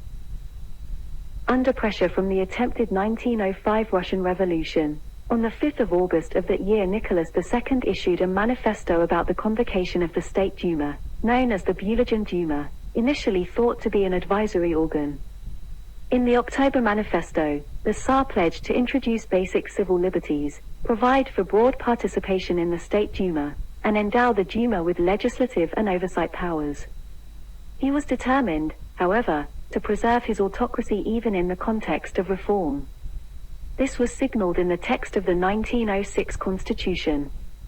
He was described as the supreme autocrat, and retained sweeping executive powers, also in church affairs. His cabinet ministers were not allowed to interfere with nor assist one another. They were responsible only to him. Nicholas's relations with the Duma were poor. The first Duma, with a majority of cadets, almost immediately came into conflict with him. Scarcely had the 524 members sat down at the Tauride Palace when they formulated an address to the throne. It demanded universal suffrage, radical land reform, the release of all political prisoners, and the dismissal of ministers appointed by the Tsar in favor of ministers acceptable to the Duma. Grand Duchess Olga, Nicholas's sister, later wrote, "There was such gloom at Tsarskoye Selo. I did not understand anything about politics. I just felt everything was going wrong with the country and all of us. The October Constitution did not seem to satisfy anyone. I went with my mother to the first Duma. I remember the large group of deputies from among peasants and factory people. The peasants looked sullen. But the workmen were worse. They looked as though they hated us. I remember the distress in Aleki's eyes." Minister of the Court Count Vladimir Frederiks commented, "The deputies, they give one the impression of a gang of criminals who are only waiting for the signal to throw themselves upon the ministers and cut their throats. I will never again set foot among those people." The Dowager Empress noticed incomprehensible hatred. Although Nicholas initially had a good relationship with his prime minister, Sergei Witt, Alexandra distrusted him as he had instigated an investigation of Grigory Rasputin, and, as the political situation deteriorated, Nicholas dissolved the Duma. The Duma was populated with radicals, many of whom wished to push through legislation that would abolish private property ownership, among other things. Witt, unable to grasp the seemingly insurmountable problems of reforming Russia and the monarchy, wrote to Nicholas on the 14th of April 1906 resigning his office. However, other accounts have said that Witt was forced to resign by the emperor. Nicholas was not ungracious to Witt, and an imperial rescript was published on the 22nd of April creating Witt a Knight of the Order of St. Alexander Nevsky with diamonds. The last two words were written in the emperor's own hand, followed by "I remain unalterably well disposed to you and sincerely grateful. Forevermore, Nicholas." A second Duma met for the first time in February 1907. The leftist parties, including the Social Democrats and the Social Revolutionaries, who had boycotted the first Duma, had won 200 seats in the second, more than a third of the membership. Again Nicholas waited impatiently to rid himself of the Duma. In 2 letters to his mother he let his bitterness flow.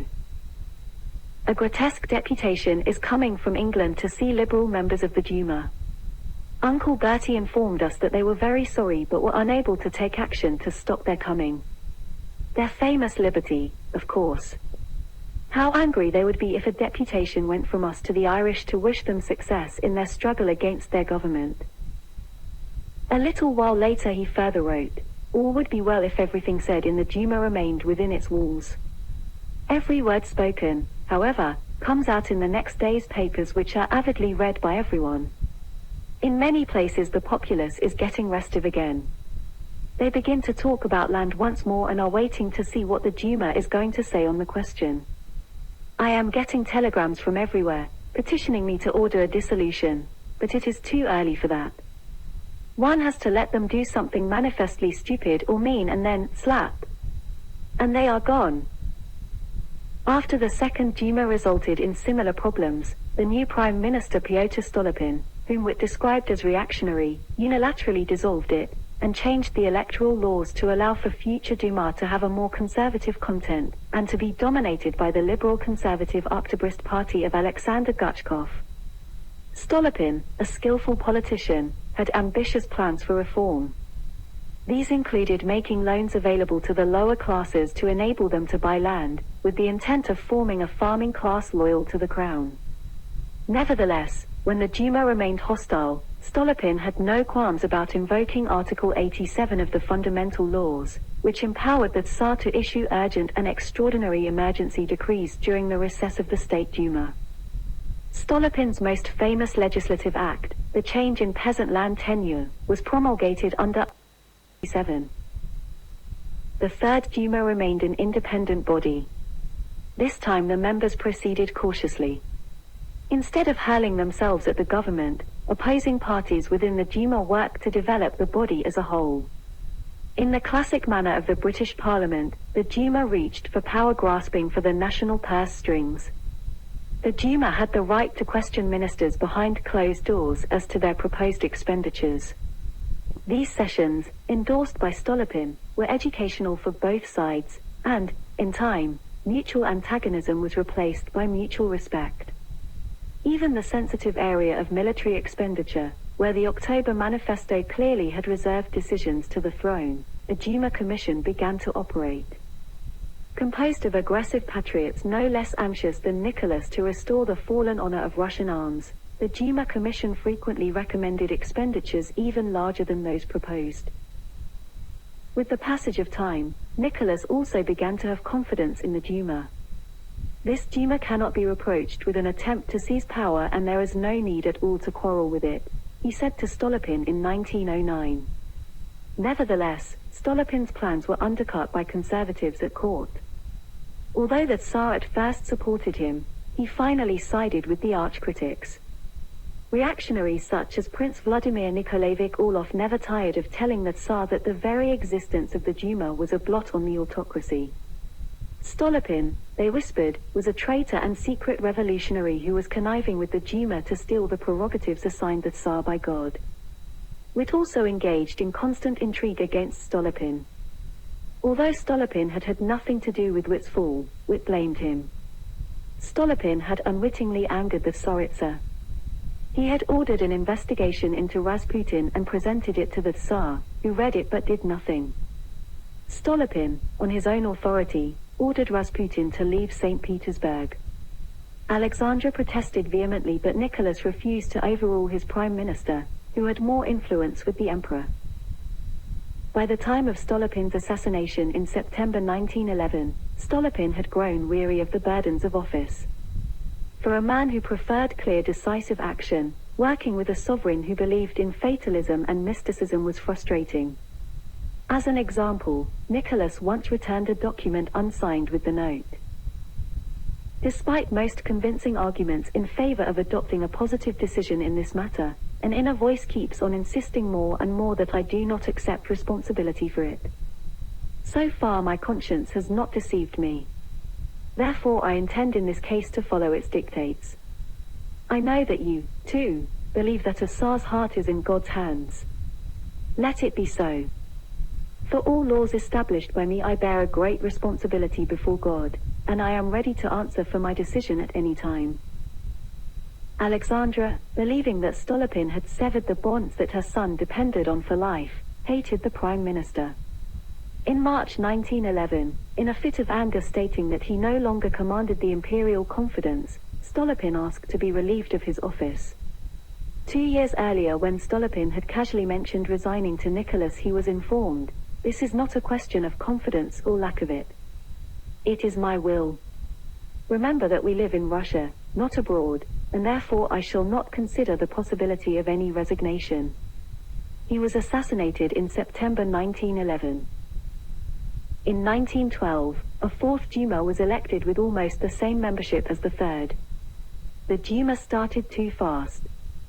Now it is slower, but better, and more lasting, stated Nicholas to Sir Bernard Pears. The First World War developed badly for Russia. By late 1916, Romanov family desperation reached the point that Grand Duke Paul Alexandrovich, younger brother of Alexander III and the Tsar's only surviving uncle, was deputed to beg Nicholas to grant a constitution and a government responsible to the Duma. Nicholas sternly and adamantly refused, reproaching his uncle for asking him to break his coronation oath to maintain autocratic power for his successors. In the Duma on the 2nd of December 1916, Vladimir Purishkevich, a fervent patriot, monarchist and war worker, denounced the dark forces which surrounded the throne in a thunderous 2-hour speech which was tumultuously applauded. "Revolution threatens," he warned, "and an obscure peasant shall govern Russia no longer." Further complicating domestic matters was the matter of the succession. Alexandra bore Nicholas 4 daughters, the Grand Duchess Olga in 1895, the Grand Duchess Tatiana in 1897, Grand Duchess Maria in 1899, and Grand Duchess Anastasia in 1901, before their son Alexei was born on the 12th of August 1904. The young heir was afflicted with hemophilia B, a hereditary disease that prevents blood from clotting properly, which at that time was untreatable and usually led to an untimely death. As a granddaughter of Queen Victoria, Alexandra carried the same gene mutation that afflicted several of the major European royal houses, such as Prussia and Spain. Hemophilia, therefore, became known as the royal disease. Through Alexandra, the disease had passed on to her son. As all of Nicholas and Alexandra's daughters were assassinated with their parents and brother in Yekaterinburg in 1918, it is not known whether any of them inherited the gene as carriers. Before Rasputin's arrival, the Tsarina and the Tsar had consulted numerous mystics, charlatans, holy fools, and miracle workers. The royal behavior was not some odd aberration, but a deliberate retreat from the secular social and economic forces of his time, an act of faith and vote of confidence in a spiritual past. They had set themselves up for the greatest spiritual advisor and manipulator in Russian history. Because of the fragility of the autocracy at this time, Nicholas and Alexandra chose to keep secret Alexei's condition. Even within the household, many were unaware of the exact nature of the Tsarevich's illness. At first Alexandra turned to Russian doctors and medics to treat Alexei. However, their treatments generally failed, and Alexandra increasingly turned to mystics and holy men, or staryets as they were called in Russian. One of these staryets, an illiterate Siberian named Grigory Rasputin, gained amazing success. Rasputin's influence over Empress Alexandra, and consequently the Tsar himself, grew even stronger after 1912 when the Tsarevich nearly died from an injury. His bleeding grew steadily worse as doctors despaired, and priests administered the last sacrament. In desperation, Alexandra called upon Rasputin, to which he replied, "God has seen your tears and heard your prayers. Do not grieve. The little one will not die. Do not allow the doctors to bother him too much." The hemorrhage stopped the very next day and the boy began to recover. Alexandra was a sign that Rasputin was a staryet and that God was with him. For the rest of her life she would fervently defend him and turn her wrath against anyone who dared to question him. In 1907, To end long-standing controversies over Central Asia, Russia and the United Kingdom signed the Anglo-Russian Convention that resolved most of the problems generated for decades by the Great Game. The UK had already entered into the Entente Cordiale with France in 1904, and the Anglo-Russian Convention led to the formation of the Triple Entente. The following year, in May 1908, Nicholas and Alexandra's shared Uncle Bertie and Aunt Alix, Britain's King Edward VII and Queen Alexandra, made a state visit to Russia, being the first reigning British monarchs to do so. However, they did not set foot on Russian soil. Instead, they stayed aboard their yachts, meeting off the coast of modern-day Tallinn. Later that year, Nicholas was taken off guard by the news that his foreign minister, Alexander Izvolsky, had entered into a secret agreement with the Austro-Hungarian foreign minister, Count Alois von Aehrenthal, agreeing that, in exchange for Russian naval access to the Dardanelles and the Bosporus Strait, Russia would not oppose the Austrian annexation of Bosnia and Herzegovina, a revision of the 1878 Treaty of Berlin. When Austria-Hungary did annex this territory that October, it precipitated the diplomatic crisis. When Russia protested about the annexation, the Austrians threatened to leak secret communications between Izvolsky and Aehrenthal, prompting Nicholas to complain in a letter to the Austrian Emperor, Franz Joseph, about a breach of confidence. In 1909, in the wake of the Anglo-Russian Convention, the Russian imperial family made a visit to England, staying on the Isle of Wight for Cowes Week. In 1913, during the Balkan Wars, Nicholas personally offered to arbitrate between Serbia and Bulgaria. However, the Bulgarians rejected his offer. Also in 1913, Nicholas, albeit without Alexandra, made a visit to Berlin for the wedding of Kaiser Wilhelm II's daughter, Princess Victoria Louise, to a maternal cousin of Nicholas, Ernest Augustus, the Duke of Brunswick. Nicholas was also joined by his cousin, King George V, and his wife, Queen Mary. In February 1913, Nicholas presided over the tercentenary celebrations for the Romanov dynasty. On the 21st of February, a Te Deum took place at Kazan Cathedral, and a state reception at the Winter Palace. In May, Nicholas and the imperial family made a pilgrimage across the empire, retracing the route down the Volga River that was made by the teenage Michael I Romanov from the Ipatiev Monastery in Kostroma to Moscow in 1613 when he finally agreed to become Tsar. In Finland, Nicholas had become associated with deeply unpopular Russification measures. These began with the February Manifesto proclaimed by Nicholas II in 1899, which restricted Finland's autonomy and instigated a period of censorship and political repression. A petition of protest signed by more than 500,000 Finns was collected against the manifesto and delivered to St. Petersburg by a delegation of 500 people, but they were not received by Nicholas. Russification measures were reintroduced in 1908 after a temporary suspension in the aftermath of the 1905 revolution, and Nicholas received an icy reception when he made his only visit to Helsinki on the 10th of March 1915. On the 28th of June 1914, Archduke Franz Ferdinand of Austria, heir to the Austro-Hungarian throne, was assassinated by a Bosnian Serb nationalist in Sarajevo, who opposed Austria-Hungary's annexation of Bosnia-Herzegovina. The outbreak of war was not inevitable, but leaders, diplomats, and 19th-century alliances created a climate for large-scale conflict. The concept of panslavism and shared religion created strong public sympathy between Russia and Serbia. Territorial conflict created rivalries between Germany and France and between Austria-Hungary and Serbia, and as a consequence alliance networks developed across Europe. The Triple Entente and Triple Alliance networks were set before the war. Nicholas wanted neither to abandon Serbia to the ultimatum of Austria, nor to provoke a general war. In a series of letters exchanged with Wilhelm of Germany, the Willy-Nicky correspondence, the two proclaimed their desire for peace, and each attempted to get the other to back down. Nicholas desired that Russia's mobilization be only against Austria-Hungary, in the hopes of preventing war with Germany. On the 25th of July 1914, at his Council of Ministers, Nicholas decided to intervene in the Austro-Serbian conflict, a step toward general war. He put the Russian army on alert on the 25th of July. Although this was not general mobilization, It threatened the German and Austro-Hungarian borders and looked like military preparation for war. However, his army had no contingency plans for a partial mobilization, and on the 30th of July 1914 Nicholas took the fateful step of confirming the order for general mobilization, despite being strongly counseled against it. On the 28th of July, Austria-Hungary formally declared war against Serbia. On the 29th of July 1914, Nicholas sent a telegram to Wilhelm with the suggestion to submit the Austro-Serbian problem to the Hague Conference, in Hague Tribunal. Wilhelm did not address the question of the Hague Conference in his subsequent reply. Count Witt told the French ambassador, Maurice Paleolog, that from Russia's point of view the war was madness, Slav solidarity was simply nonsense, and Russia could hope for nothing from the war.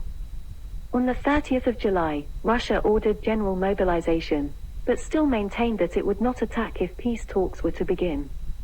Germany, reacting to the discovery of partial mobilization ordered on the 25th of July, announced its own pre-mobilization posture, the imminent danger of war. Germany requested that Russia demobilize within the next 12 hours. In St. Petersburg, at 7 p.m., with the ultimatum to Russia having expired, the German ambassador to Russia met with the Russian Foreign Minister Sergei Sazonov, asked 3 times if Russia would reconsider, and then with shaking hands, delivered the note accepting Russia's war challenge and declaring war on the 1st of August.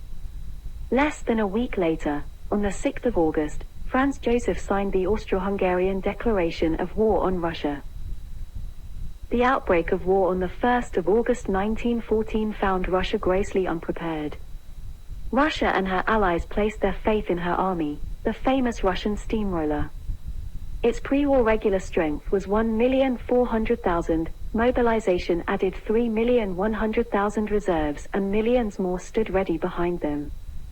In every other respect, however, Russia was unprepared for war. Germany had 10 times as much railway track per square mile, and whereas Russian soldiers traveled an average of 1,290 kilometers, 800 miles, to reach the front, German soldiers traveled less than a quarter of that distance. Russian heavy industry was still too small to equip the massive armies the Tsar could raise, and her reserves of munitions were pitifully small, while the German army in 1914 was better equipped than any other, man for man. The Russians were severely short on artillery pieces, shells, motorized transports, and even boots. With the Baltic Sea barred by German U-boats and the Dardanelles by the guns of Germany's ally, the Ottoman Empire, Russia initially could receive help only via Archangel, which was frozen solid in winter, or via Vladivostok, which was over 6,400 kilometers or 4,000 miles from the front line. By 1915, a rail line was built north from Petrozavodsk to the Kola Gulf, and this connection laid the foundation of the ice-free port of what eventually was called Murmansk. The Russian High Command was moreover greatly weakened by the mutual contempt between Vladimir Sukhomlinov, the Minister of War, and the incompetent Grand Duke Nicholas Nikolaevich, who commanded the armies in the field. In spite of all of this, an immediate attack was ordered against the German province of East Prussia. The Germans mobilized there with great efficiency and completely defeated the 2 Russian armies which had invaded. The Battle of Tannenberg, where an entire Russian army was annihilated, cast an ominous shadow over Russia's future. Russia had great success against both the Austro-Hungarian and Ottoman armies from the very beginning of the war, but they never succeeded against the might of the German army. In September 1914, to relieve pressure on France, the Russians were forced to halt a successful offensive against Austria-Hungary in Galicia to attack German-held Silesia. Gradually a war of attrition set in on the vast Eastern Front, where the Russians were facing the combined forces of the German and Austro-Hungarian armies, and they suffered staggering losses. General Denikin, retreating from Galicia, wrote, "The German heavy artillery swept away whole lines of trenches, and their defenders with them. We hardly replied. There was nothing with which we could reply. Our regiments, although completely exhausted, were beating off one attack after another by bayonet. Blood flowed unendingly, the ranks became thinner and thinner and thinner. The number of graves multiplied. On the 5th of August, with the Russian army in retreat, Warsaw fell. Defeat at the front bred disorder at home. At first, the targets were German, and for 3 days in June shops, bakeries, factories, private houses, and country estates belonging to people with German names were looted and burned. The inflamed mobs then turned on the government, declaring the empress should be shut up in a convent, the Tsar deposed and Rasputin hanged. Nicholas was by no means deaf to these discontents. An emergency session of the Duma was summoned and a special defense council established, its members drawn from the Duma and the Tsar's ministers. In July 1915, King Christian X of Denmark, first cousin of the Tsar, sent Hans Niels Andersen to Czars with an offer to act as a mediator. He made several trips between London, Berlin, and Petrograd, and in July saw the Dowager Empress Maria Fyodorovna. Andersen told her they should conclude peace. Nicholas chose to turn down King Christian's offer of mediation, as he felt it would be a betrayal for Russia to form a separate peace treaty with the Central Powers when its allies Britain and France were still fighting. The energetic and efficient General Alexei Polivanov replaced Sukhomlinov as Minister of War, which failed to improve the strategic situation. In the aftermath of the Great Retreat and the loss of the Kingdom of Poland, Nicholas assumed the role of Commander-in-Chief after dismissing his cousin, Grand Duke Nicholas Nikolaevich, in September 1915. This was a mistake, as the Tsar came to be personally associated with the continuing losses at the front. He was also away at the remote HQ at Mogilev, far from the direct governance of the empire, and when revolution broke out in Petrograd he was unable to halt it. In reality the move was largely symbolic, since all important military decisions were made by his Chief of Staff General Michael Alexeyev, and Nicholas did little more than review troops, inspect field hospitals, and preside over military luncheons. The Duma was still calling for political reforms and political unrest continued throughout the war. Cut off from public opinion, Nicholas could not see that the dynasty was tottering. With Nicholas at the front, domestic issues and control of the capital were left with his wife Alexandra.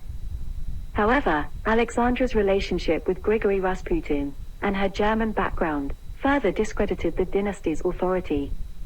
Nicholas had been repeatedly warned about the destructive influence of Rasputin but had failed to remove him. Rumors and accusations about Alexandra and Rasputin appeared one after another. Alexandra was even accused of harboring treasonous sympathies towards Germany. Anger at Nicholas's failure to act and the extreme damage that Rasputin's influence was doing to Russia's war effort and to the monarchy led to Rasputin's eventual murder by a group of nobles, led by Prince Felix Yusupov and Grand Duke Dmitry Pavlovich, a cousin of the Tsar, in the early morning of Saturday the 17th of December 1916, Julian calendar, or the 30th of December 1916, Gregorian calendar. As the government failed to produce supplies, mounting hardship resulted in massive riots and rebellions. With Nicholas away at the front from 1915 through 1916, authority appeared to collapse and the capital was left in the hands of strikers and mutineering soldiers. Despite efforts by the British ambassador Sir George Buchanan to warn the Tsar that he should grant constitutional reforms to fend off revolution, Nicholas continued to bury himself away at the Staff HQ, Stavka, 600 kilometers or 400 miles, away at Mogilev, leaving his capital and court open to intrigues and insurrection. Ideologically, the Tsar's greatest support came from the right-wing monarchists, who had recently gained strength. However, they were increasingly alienated by the Tsar's support of Stolypin's westernizing reforms taken early in the revolution of 1905 and especially by the political power the Tsar had bestowed on Rasputin. By early 1917, Russia was on the verge of total collapse of morale. An estimated 1.7 million Russian soldiers were killed in World War I. The sense of failure and imminent disaster was everywhere. The army had taken 15 million men from the farms and food prices had soared. An egg cost 4 times what it had in 1914, butter 5 times as much. The severe winter dealt the railways, overburdened by emergency shipments of coal and supplies, a crippling blow. Russia entered the war with 20,000 locomotives. By 1917, 9,000 were in service, while the number of serviceable railway wagons had dwindled from 500,000 to 170,000. In February 1917, 1,200 locomotives burst their boilers and nearly 60,000 wagons were immobilized. In Petrograd, supplies of flour and fuel had all but disappeared. Wartime prohibition of alcohol was enacted by Nicholas to boost patriotism and productivity, but instead damaged the funding of the war, due to the treasury now being deprived of alcohol taxes.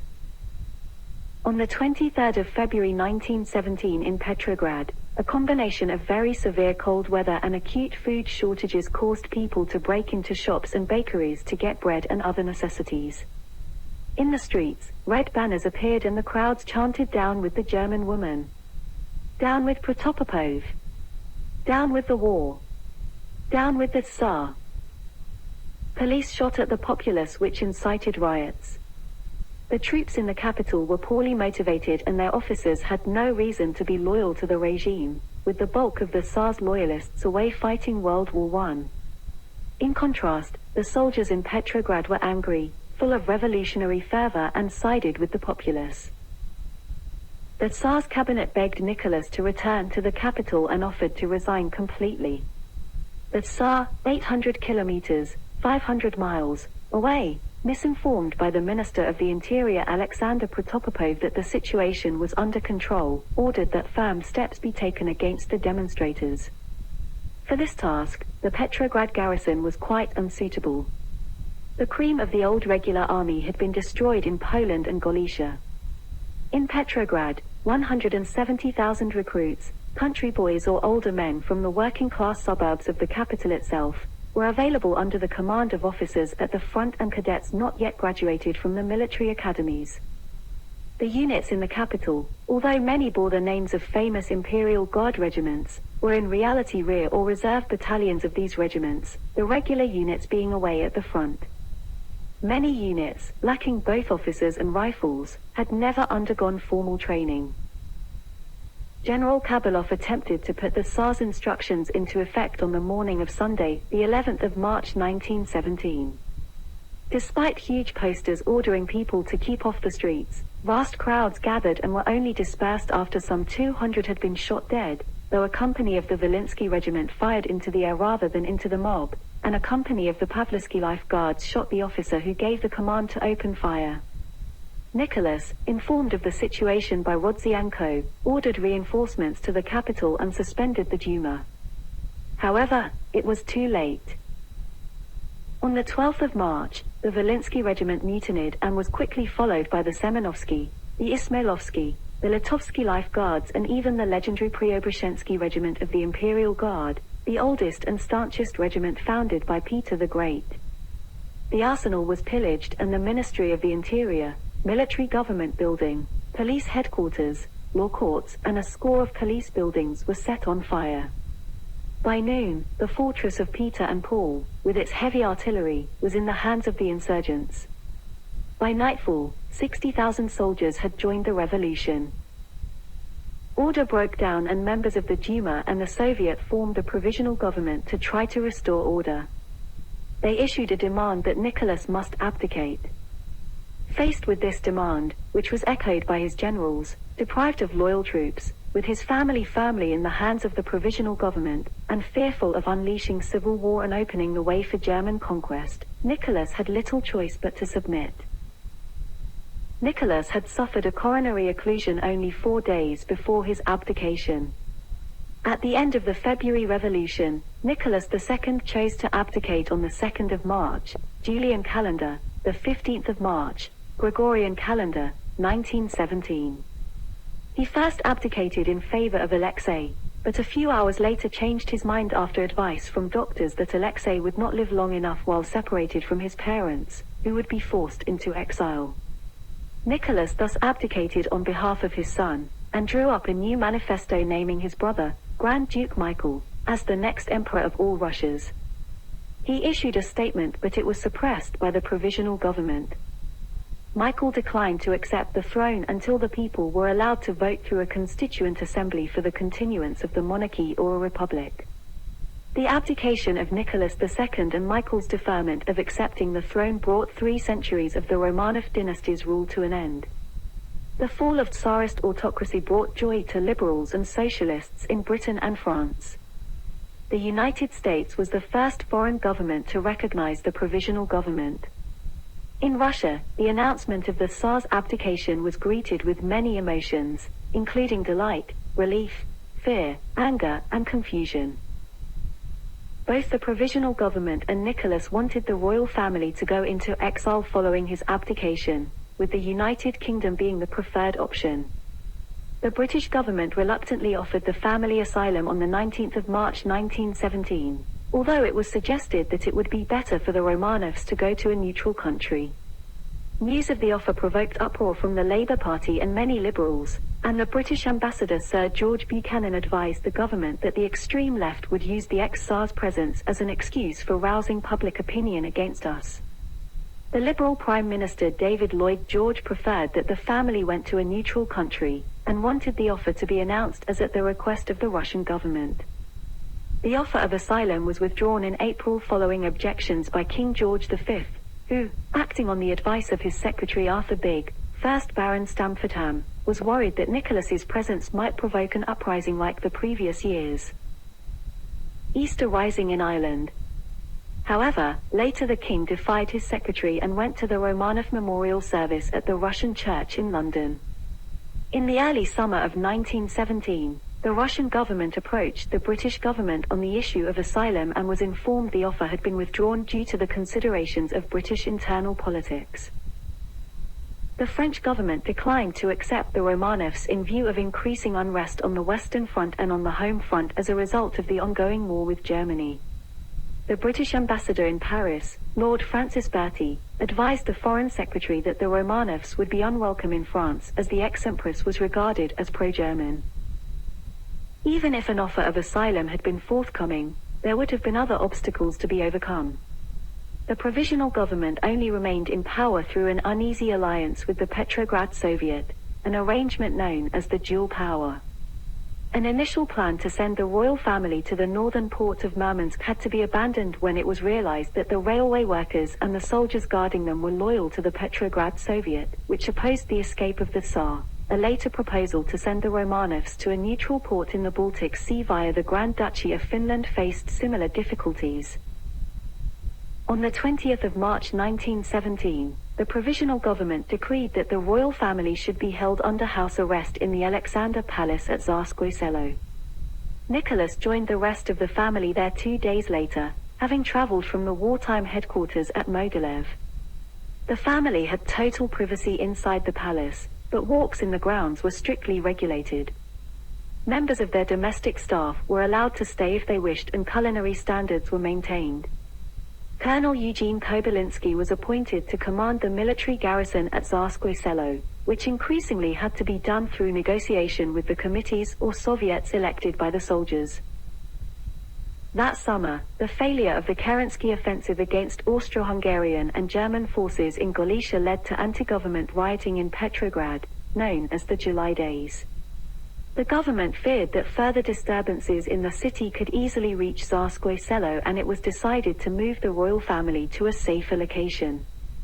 Alexander Kerensky, who had taken over as prime minister, selected the town of Tobolsk in western Siberia, since it was remote from any large city and 150 miles or 240 kilometers from the nearest rail station. Some sources state that there was an intention to send the family abroad in the spring of 1918 via Japan, but more recent work suggests that this was just a Bolshevik rumor. The family left the Alexander Palace late on the 13th of August, reached Tyumen by rail 4 days later, and then by 2 river ferries finally reached Tobolsk on the 19th of August. There they lived in the former governor's mansion in considerable comfort. In October 1917, however, the Bolsheviks seized power from Kerensky's provisional government. Nicholas followed the events in October with interest but not yet with alarm. Boris Soloviev, the husband of Maria Rasputin, attempted to organize a rescue with monarchical factions, but it came to nothing. Rumors persist that Soloviev was working for the Bolsheviks or the Germans, or both. Separate preparations for a rescue by Nikolai Yevgenyevich Markov were frustrated by Soloviev's ineffectual activities. Nicholas continued to underestimate Lenin's importance. In the meantime, he and his family occupied themselves with reading books, exercising and playing games, Nicholas particularly enjoyed chopping firewood. However, in January 1918, the Guard Detachments Committee grew more assertive, restricting the hours that the family could spend in the grounds and banning them from walking to church on a Sunday as they had done since October. In a later incident, the soldiers tore the epaulets from Kobylinski's uniform, and he asked Nicholas not to wear his uniform outside for fear of provoking a similar event. In February 1918, the Council of People's Commissars, abbreviated to Sovnarkom, in Moscow, the new capital, announced that the state subsidy for the family would be drastically reduced, starting on the 1st of March. This meant parting with 12 devoted servants and giving up butter and coffee as luxuries, even though Nicholas added to the funds from his own resources. Nicholas and Alexandra were appalled by news of the Treaty of Brest-Litovsk, whereby Russia agreed to give up Poland, Finland, the Baltic states, most of Belarus, Ukraine, the Crimea, most of the Caucasus, and small parts of Russia proper including areas around Pskov and Rostov-on-Don. What kept the family's spirits up was the belief that help was at hand. The Romanovs believed that various plots were underway to break them out of captivity and smuggle them to safety. The Western Allies lost interest in the fate of the Romanovs after Russia left the war. The German government wanted the monarchy restored in Russia to crush the Bolsheviks and maintain good relations with the Central Powers. The situation in Tobolsk changed for the worse on the 26th of March, when 250 ill-disciplined Red Guards arrived from the regional capital, Omsk. Not to be outdone, the Soviet in Yekaterinburg, the capital of the neighboring Ural region, sent 400 Red Guards to exert their influence on the town. Disturbances between these rival groups and the lack of funds to pay the Guard detachment caused them to send a delegation to Moscow to plead their case. The result was that Sovnarkom appointed their own commissar to take charge of Tobolsk and remove the Romanovs to Yekaterinburg, with the intention of eventually bringing Nicholas to a show trial in Moscow. The man selected was Vasily Yakovlev, a veteran Bolshevik, recruiting a body of loyal men en route. Yakovlev arrived in Tobolsk on the 22nd of April. He imposed his authority on the competing Red Guards factions, paid off and demobilized the Guard detachment, and placed further restrictions on the Romanovs. The next day, Yakovlev informed Kobylinski that Nicholas was to be transferred to Yekaterinburg. Alexei was too ill to travel, so Alexandra elected to go with Nicholas along with Maria, while the other daughters would remain at Tobolsk until they were able to make the journey. At 3 a.m. on the 25th of April, the three Romanovs, their retinue, and the escort of Yakovlev's detachment, left Tobolsk in a convoy of 19 tarantasses, four-wheeled carriages, as the river was still partly frozen, which prevented the use of the ferry. After an arduous journey which included 2 overnight stops, fording rivers, frequent changes of horses and a foiled plot by the Yekaterinburg Red Guards to kill the prisoners, the party arrived at Tyman and boarded a requisition train. Yakovlev was able to communicate securely with Moscow by means of a Hughes teleprinter and obtained agreement to change their destination to Omsk, where it was thought that the leadership were less likely to harm the Romanovs. Leaving Tyman early on the 28th of April, the train left towards Yekaterinburg, but quickly changed direction towards Omsk. This led the Yekaterinburg leaders to believe that Yakovlev was a traitor who was trying to take Nicholas to exile by way of Vladivostok. Telegraph messages were sent, 2,000 armed men were mobilized, and a train was dispatched to arrest Yakovlev and the Romanovs. The Romanovs' train was halted at Omsk station, and after a frantic exchange of cables with Moscow, it was agreed that they should go to Yekaterinburg in return for a guarantee of safety for the royal family. They finally arrived there on the morning of the 30th of April. They were imprisoned in the 2-story Ipatiev house, the home of the military engineer Nikolai Nikolaevich Ipatiev, which ominously became referred to as the House of Special Purpose. Here the Romanovs were kept under even stricter conditions. Their retinue was further reduced and their possessions were searched. Following allegations of pilfering from the royal household, Yukul Vurovsky, a former member of the Cheka secret police, was appointed to command the Guard detachment, a number of whom were replaced with trusted Latvian members of the Yekaterinburg Special Service Detachment. The remaining Romanovs left Tobolsk by river steamer on the 20th of May and arrived in Yekaterinburg 3 days later. By the first weeks of June, the Bolsheviks were becoming alarmed by the revolt of the Czechoslovak Legion, whose forces were approaching the city from the east. This prompted a wave of executions and murders of those in the region who were believed to be counter-revolutionaries, including Grand Duke Michael, who was murdered in Perm on the 13th of June. Although the Bolshevik leadership in Moscow still intended to bring Nicholas to trial, as the military situation deteriorated, Leon Trotsky and Yakov Sverdlov began to publicly equivocate about the possible fate of the former Tsar. On the 16th of July, the Yekaterinburg leadership informed Yurovsky that it had been decided to execute the Romanovs as soon as approval arrived from Moscow, because the Czechs were expected to reach the city imminently. A coded telegram arrived in Moscow from Yekaterinburg that evening, after Lenin and Sverdlov had conferred. A reply was sent, although no trace of that document has ever been found.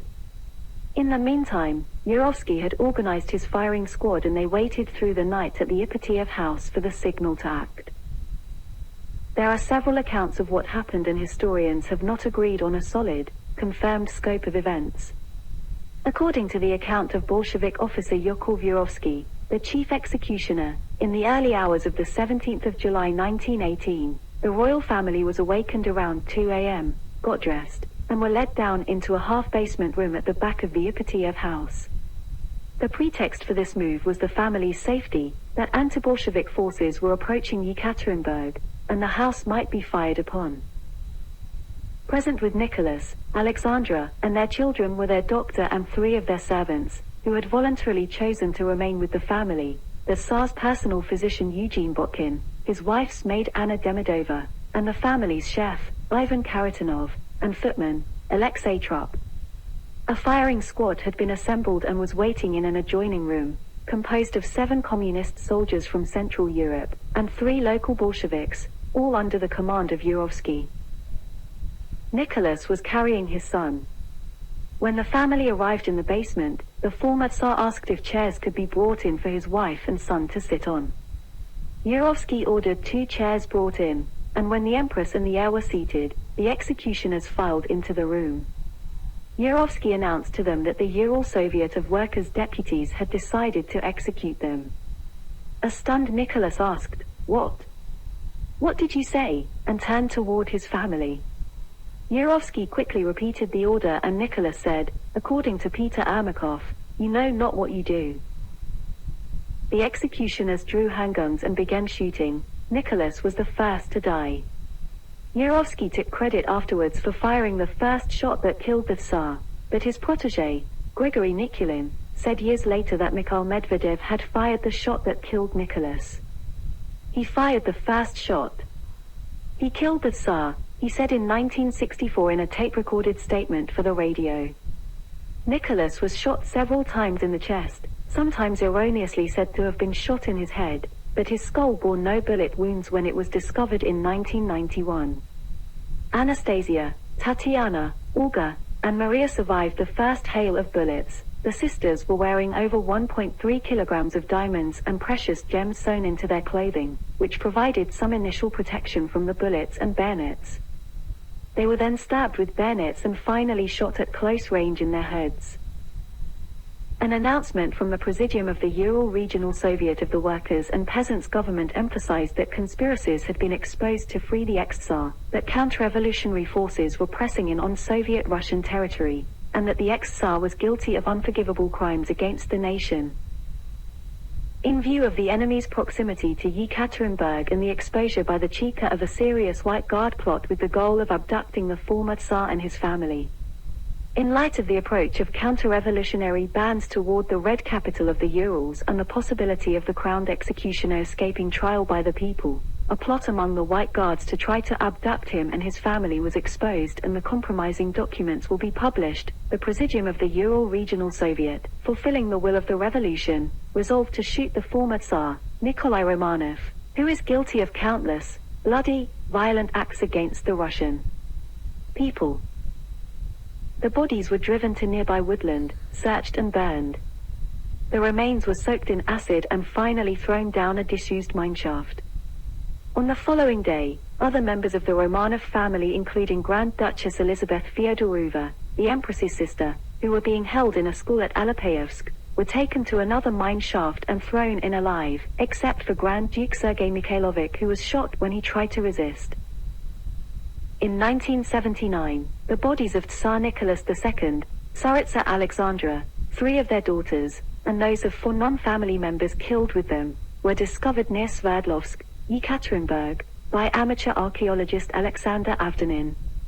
In January 1998, the remains excavated from underneath the dirt road near Yekaterinburg were officially identified as those of Nicholas II and his family, excluding 1 daughter, either Maria or Anastasia, and Alexei. The identifications, including comparisons to a living relative, performed by separate Russian, British and American scientists using DNA analysis, concur and were found to be conclusive. In July 2007, an amateur historian discovered bones near Yekaterinburg belonging to a boy and young woman. Prosecutors reopened the investigation into the deaths of the imperial family and, in April 2008, DNA tests performed by an American laboratory proved that bone fragments exhumed in the Ural Mountains belonged to 2 children of Nicholas II, Alexei and a daughter. That same day it was announced by Russian authorities that remains from the entire family had been recovered. On the 1st of October 2008, the Supreme Court of Russia ruled that Nicholas II and his family were victims of political persecution and should be rehabilitated. In March 2009, results of the DNA testing were published, confirming that the 2 bodies discovered in 2007 were those of Alexei and one of his sisters. In late 2015, at the insistence of the Russian Orthodox Church, Russian investigators exhumed the bodies of Nicholas II and his wife, Alexandra, for additional DNA testing, which confirmed that the bones were of the couple. After the DNA testing of 1998, the remains of the emperor and his immediate family were interred at St. Peter and Paul Cathedral, St. Petersburg, on the 17th of July 1998, on the 80th anniversary of their assassination. The ceremony was attended by Russian President Boris Yeltsin, who said, "Today is a historic day for Russia. For many years, we kept quiet about this monstrous crime, but the truth has to be spoken." The British royal family was represented at the funeral by Prince Michael of Kent, and more than 20 ambassadors to Russia, including Sir Andrew Wood, Archbishop John Bukovsky, and Ernst Georg von Studnitz, were also in attendance. In 1981, Nicholas and his immediate family were recognized as martyred saints by the Russian Orthodox Church outside of Russia. On the 14th of August 2000, they were recognized by the Synod of the Russian Orthodox Church. This time they were not named as martyrs, since their deaths did not result immediately from their Christian faith. Instead, they were canonized as passion bearers. According to a statement by the Moscow Synod, they were glorified as saints for the following reasons. In the last Orthodox Russian monarch and members of his family we see people who sincerely strove to incarnate in their lives the commands of the gospel. In the suffering borne by the royal family in prison with humility, patience, and meekness, and in their martyrs' deaths in Yekaterinburg in the night of the 17th of July 1918 was revealed the light of the faith of Christ that conquers evil. However, Nicholas' canonization was controversial. The Russian Orthodox Church abroad was split on the issue back in 1981, some members suggesting that the emperor was a weak ruler and had failed to thwart the rise of the Bolsheviks. It was pointed out by one priest that martyrdom in the Russian Orthodox Church has nothing to do with the martyr's personal actions but is instead related to why he or she was killed. The Russian Orthodox Church inside Russia rejected the family's classification as martyrs because they were not killed on account of their religious faith. Religious leaders in both churches also had objections to canonizing the Tsars family because they perceived him as a weak emperor whose incompetence led to the revolution and the suffering of his people and made him partially responsible for his own assassination and those of his wife, children, and servants. For these opponents, the fact that the Tsar was, in private life, a kind man and a good husband and father or a leader who showed genuine concern for the peasantry did not override his poor governance of Russia. Despite the original opposition, the Russian Orthodox Church inside Russia ultimately recognized the family as passion bearers, or people who met their deaths with Christian humility. Since the late 20th century, believers have attributed healing from illnesses or conversion to the Orthodox Church to their prayers to the children of Nicholas, Maria, and Alexei, as well as to the rest of the family. Contemporary evaluations of Nicholas portrayed him as a well-meaning but indecisive leader, whose actions as monarch were heavily influenced by his advisors. Historian Raymond Esther states, "The contemporary assessments of Nicholas are remarkably uniform. He was described as shy, charming, gentle in disposition, fearful of controversy, indecisive, indulgent to his relatives, and deeply devoted to his family." Alexander Mosolov, who headed his court chancellery for 16 years, wrote that Nicholas, though intelligent and well-educated, never adopted a definite, energetic attitude and loathed making a decision in the presence of others.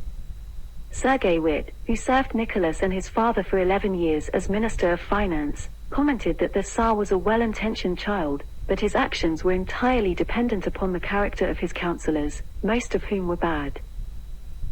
During the Soviet period, Nicholas II's legacy was widely criticized within Russia, although discussion was heavily influenced by state propaganda, which described him as a bloodthirsty tyrant.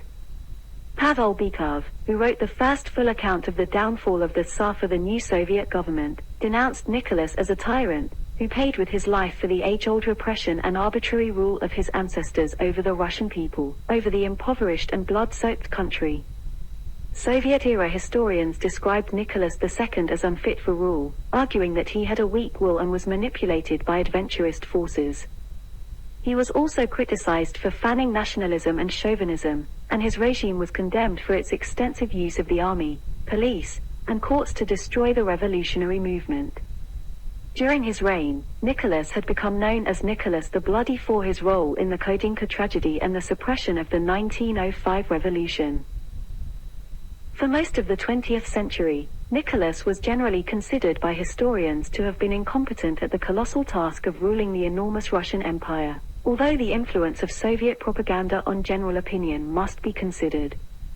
Barbara Tuchman provides a damning evaluation of his reign in her 1962 book The Guns of August, describing his sole focus as sovereign as being to preserve intact the absolute monarchy bequeathed to him by his father, and writing that, lacking the intellect, energy, or training for his job, Nicholas fell back on personal favorites, whim, simple mulishness, and other devices of the empty-headed autocrat, when a telegram was brought to him announcing the annihilation of the Russian fleet. At Tsushima, he read it, stuffed it in his pocket, and went on playing tennis. Historian Robert K. Massey provides a similar indictment of his incompetence, although he emphasizes Nicholas' personal morality, describing him as a tragic figure. There still are those who for political or other reasons continue to insist that Nicholas was bloody Nicholas. Most commonly, he is described as shallow, weak, stupid, a one-dimensional figure presiding feebly over the last days of a corrupt and crumbling system. This, certainly, is the prevailing public image of the last Tsar. Historians admit that Nicholas was a good man. The historical evidence of personal charm, gentleness, love of family, deep religious faith and strong Russian patriotism is too overwhelming to be denied, but they argue that personal factors are irrelevant. What matters is that Nicholas was a bad Tsar. Essentially, the tragedy of Nicholas II was that he appeared in the wrong place in history. Following the collapse of the Soviet Union, present-day Russian historians give Nicholas a more positive assessment, particularly when evaluating the reforms made by the Russian state during his reign. Titles, styles, and honors of Nicholas II of Russia were as follows. In reference style, the Tsar is addressed as His Imperial Majesty. In spoken style, as Your Imperial Majesty. Titles and styles from the 18th of May 1868 to the 13th of March 1881. His Imperial Highness Grand Duke Nikolai Alexandrovich of Russia. From March 1881, the 1st of November 1894. His Imperial Highness the Tsarevich of Russia. From the 1st of November 1894 to the 15th of March 1917. His Imperial Majesty the Emperor and Autocrat of all the Russias. From the 15th of March 1917 to the 17th of July 1918, Mr. Nikolai Alexandrovich Romanov. Nicholas II's full title as emperor, as set forth in Article 59 of the 1906 Constitution, was, "By the grace of God, we Nicholas, emperor and autocrat of all the Russias, of Moscow, Kiev, Vladimir, Novgorod, Tsar of Kazan, Tsar of Astrakhan, Tsar of Poland, Tsar of Siberia, Tsar of Tauric Chersonesus, Tsar of Georgia, Lord of Pskov, and Grand Prince of Smolensk, Lithuania, Volhynia, Podolia, and Finland, Prince of Estonia, Livonia, Courland and Semigalia, Samogitia, Bialystok, Karelia, Tver, Yuga, Perm, Vyatka, Volga, and others, Sovereign and Grand Prince of Nizhny Novgorod, Chernigov, Ryazan, Polotsk, Rostov, Yaroslavl, Beluzero, Eudoria, Obdoria, Kondia, Vitebsk, Mstislav, and ruler of all the Sevian country, sovereign and lord of Iberia, Catalonia, the Kabardian lands and Armenian province. Hereditary sovereign and possessor of the Circassian and Mountain princes and of others, sovereign of Turkestan, heir of Norway, Duke of Schleswig-Holstein, Stormarn, Dithmarschen, and Oldenburg, and so forth, and so forth, and so forth. National honors bested by the Russia Empire. Knight of St. Andrew, 1868. Knight of St. Alexander Nevsky, 1868. Knight of the White Eagle, 1868. Knight of St. Anna, First Class, 1868. Knight of St. Stanislaus, First Class, 1868. Knight of St. Vladimir, Fourth Class, 1890. And Knight of St. George, Fourth Class, 1915. Foreign honors bestowed by the Austrian Empire Kingdom of Hungary, Austria-Hungary, Grand Cross of the Royal Hungarian Order of St. Stephen, 1884. By Belgium, Grand Cordon of the Order of Leopold, the 18th of May 1884. By the Empire of Brazil, Grand Cross of the Southern Cross, 1884. By the Emirate of Bukhara, Order of Noble Bukhara, 1885, in diamonds, 1889. Order of the Crown of Bukhara, in diamonds, 1893, and Order of the Son of Alexander, 1898. By the Principality of Bulgaria, Grand Cross of St. Alexander, 1884, and Knight of St. Cyril and Methodius, 1910. By Denmark, Knight of the Elephant, 1884. Cross of Honor of the Order of the Dannebrog, 1891. Commemorative Medal for the Golden Wedding of King Christian IX and Queen Louise, 1892, and Grand Commander of the Dannebrog, 1894. By the Ethiopian Empire, Grand Cross of the Seal of Solomon, 1895. By France, Grand Cross of the Legion of Honor, 1884. By the German Empire, Knight of the Black Eagle, 1884, with collar, 1893. And Grand Commander's Cross of the Royal House Order of Hohenzollern, 1890. By Baden, Knight of the House Order of Fidelity, 1883, and Knight of the Order of Berthold I, 1883. By Bavaria, Knight of St. Hubert, 1884. By the Grand Duchy of Hesse and by Rhine, Grand Cross of the Ludwig Order, 1884, and Knight of the Golden Lion, with collar, 1894. By Mecklenburg, Grand Cross of the Wendish Crown, with crown in ore, 1879. By Oldenburg, Grand Cross of the Order of Duke Peter Friedrich Ludwig, with golden crown, 1881. By Saxe-Weimar-Eisenach, Grand Cross of the White Falcon, 1881. By the Kingdom of Saxony, Knight of the Rue Crown, 1896. By Württemberg, Grand Cross of the Württemberg Crown, 1884. By the Kingdom of Greece, Grand Cross of the Redeemer, 1884. By the Kingdom of Italy, Knight of the Annunciation, 1884. Grand Cross of Saints Maurice and Lazarus, 1884. Gold Medal of Military Valor, 1916. By the Holy See of the Vatican, Grand Cross of the Holy Sepulchre of Jerusalem, 1884. By the Sovereign Military Order of Malta, Military Order of Malta, Bailiff Grand Cross of Honor and Devotion. By the Empire of Japan, Grand Cordon of the Order of the Chrysanthemum, 1882. with collar, 1896. Grand Cordon of the Rising Sun, with Paulonia flowers, 1882. By Monaco, Grand Cross of St. Charles, 1896. By Mongolia, Order of the Precious Rod, 1913. By the Principality of Montenegro, Grand Cross of the Order of Prince Danilo I. By the Netherlands, Grand Cross of the Netherlands Lion, 1881 and Commemorative Medal of the Second Hague Peace Conference, 1907. Ottoman Empire, Order of Osmania, First Class, 1884. By the Persian Empire, Order of the August Portrait, 1884. By the Kingdom of Portugal, Grand Cross of the Sash of the Two Orders, 1881, Three Orders, 1896. By the Qing Dynasty, Order of the Double Dragon, Class 1 Grade 1 in Diamonds, 1896. By the Kingdom of Romania, Grand Cross of the Star of Romania, 1884 and Collar of the Order of Carol I, 1906. By the Kingdom of Serbia, Grand Cross of Saint Sava and Grand Cross of the Star of Karaore, 1910. By Siam, Knight of the Order of the Royal House of Chakri, 1891. By Spain, Knight of the Golden Fleece, 1883. By Sweden, Knight of the Seraphim, 1883, with collar, 1908. By the United Kingdom, Stranger Knight of the Garter, 1893. Royal Victorian Chain, 1904 and Honorary Grand Cross of the Bath, Military, 1916.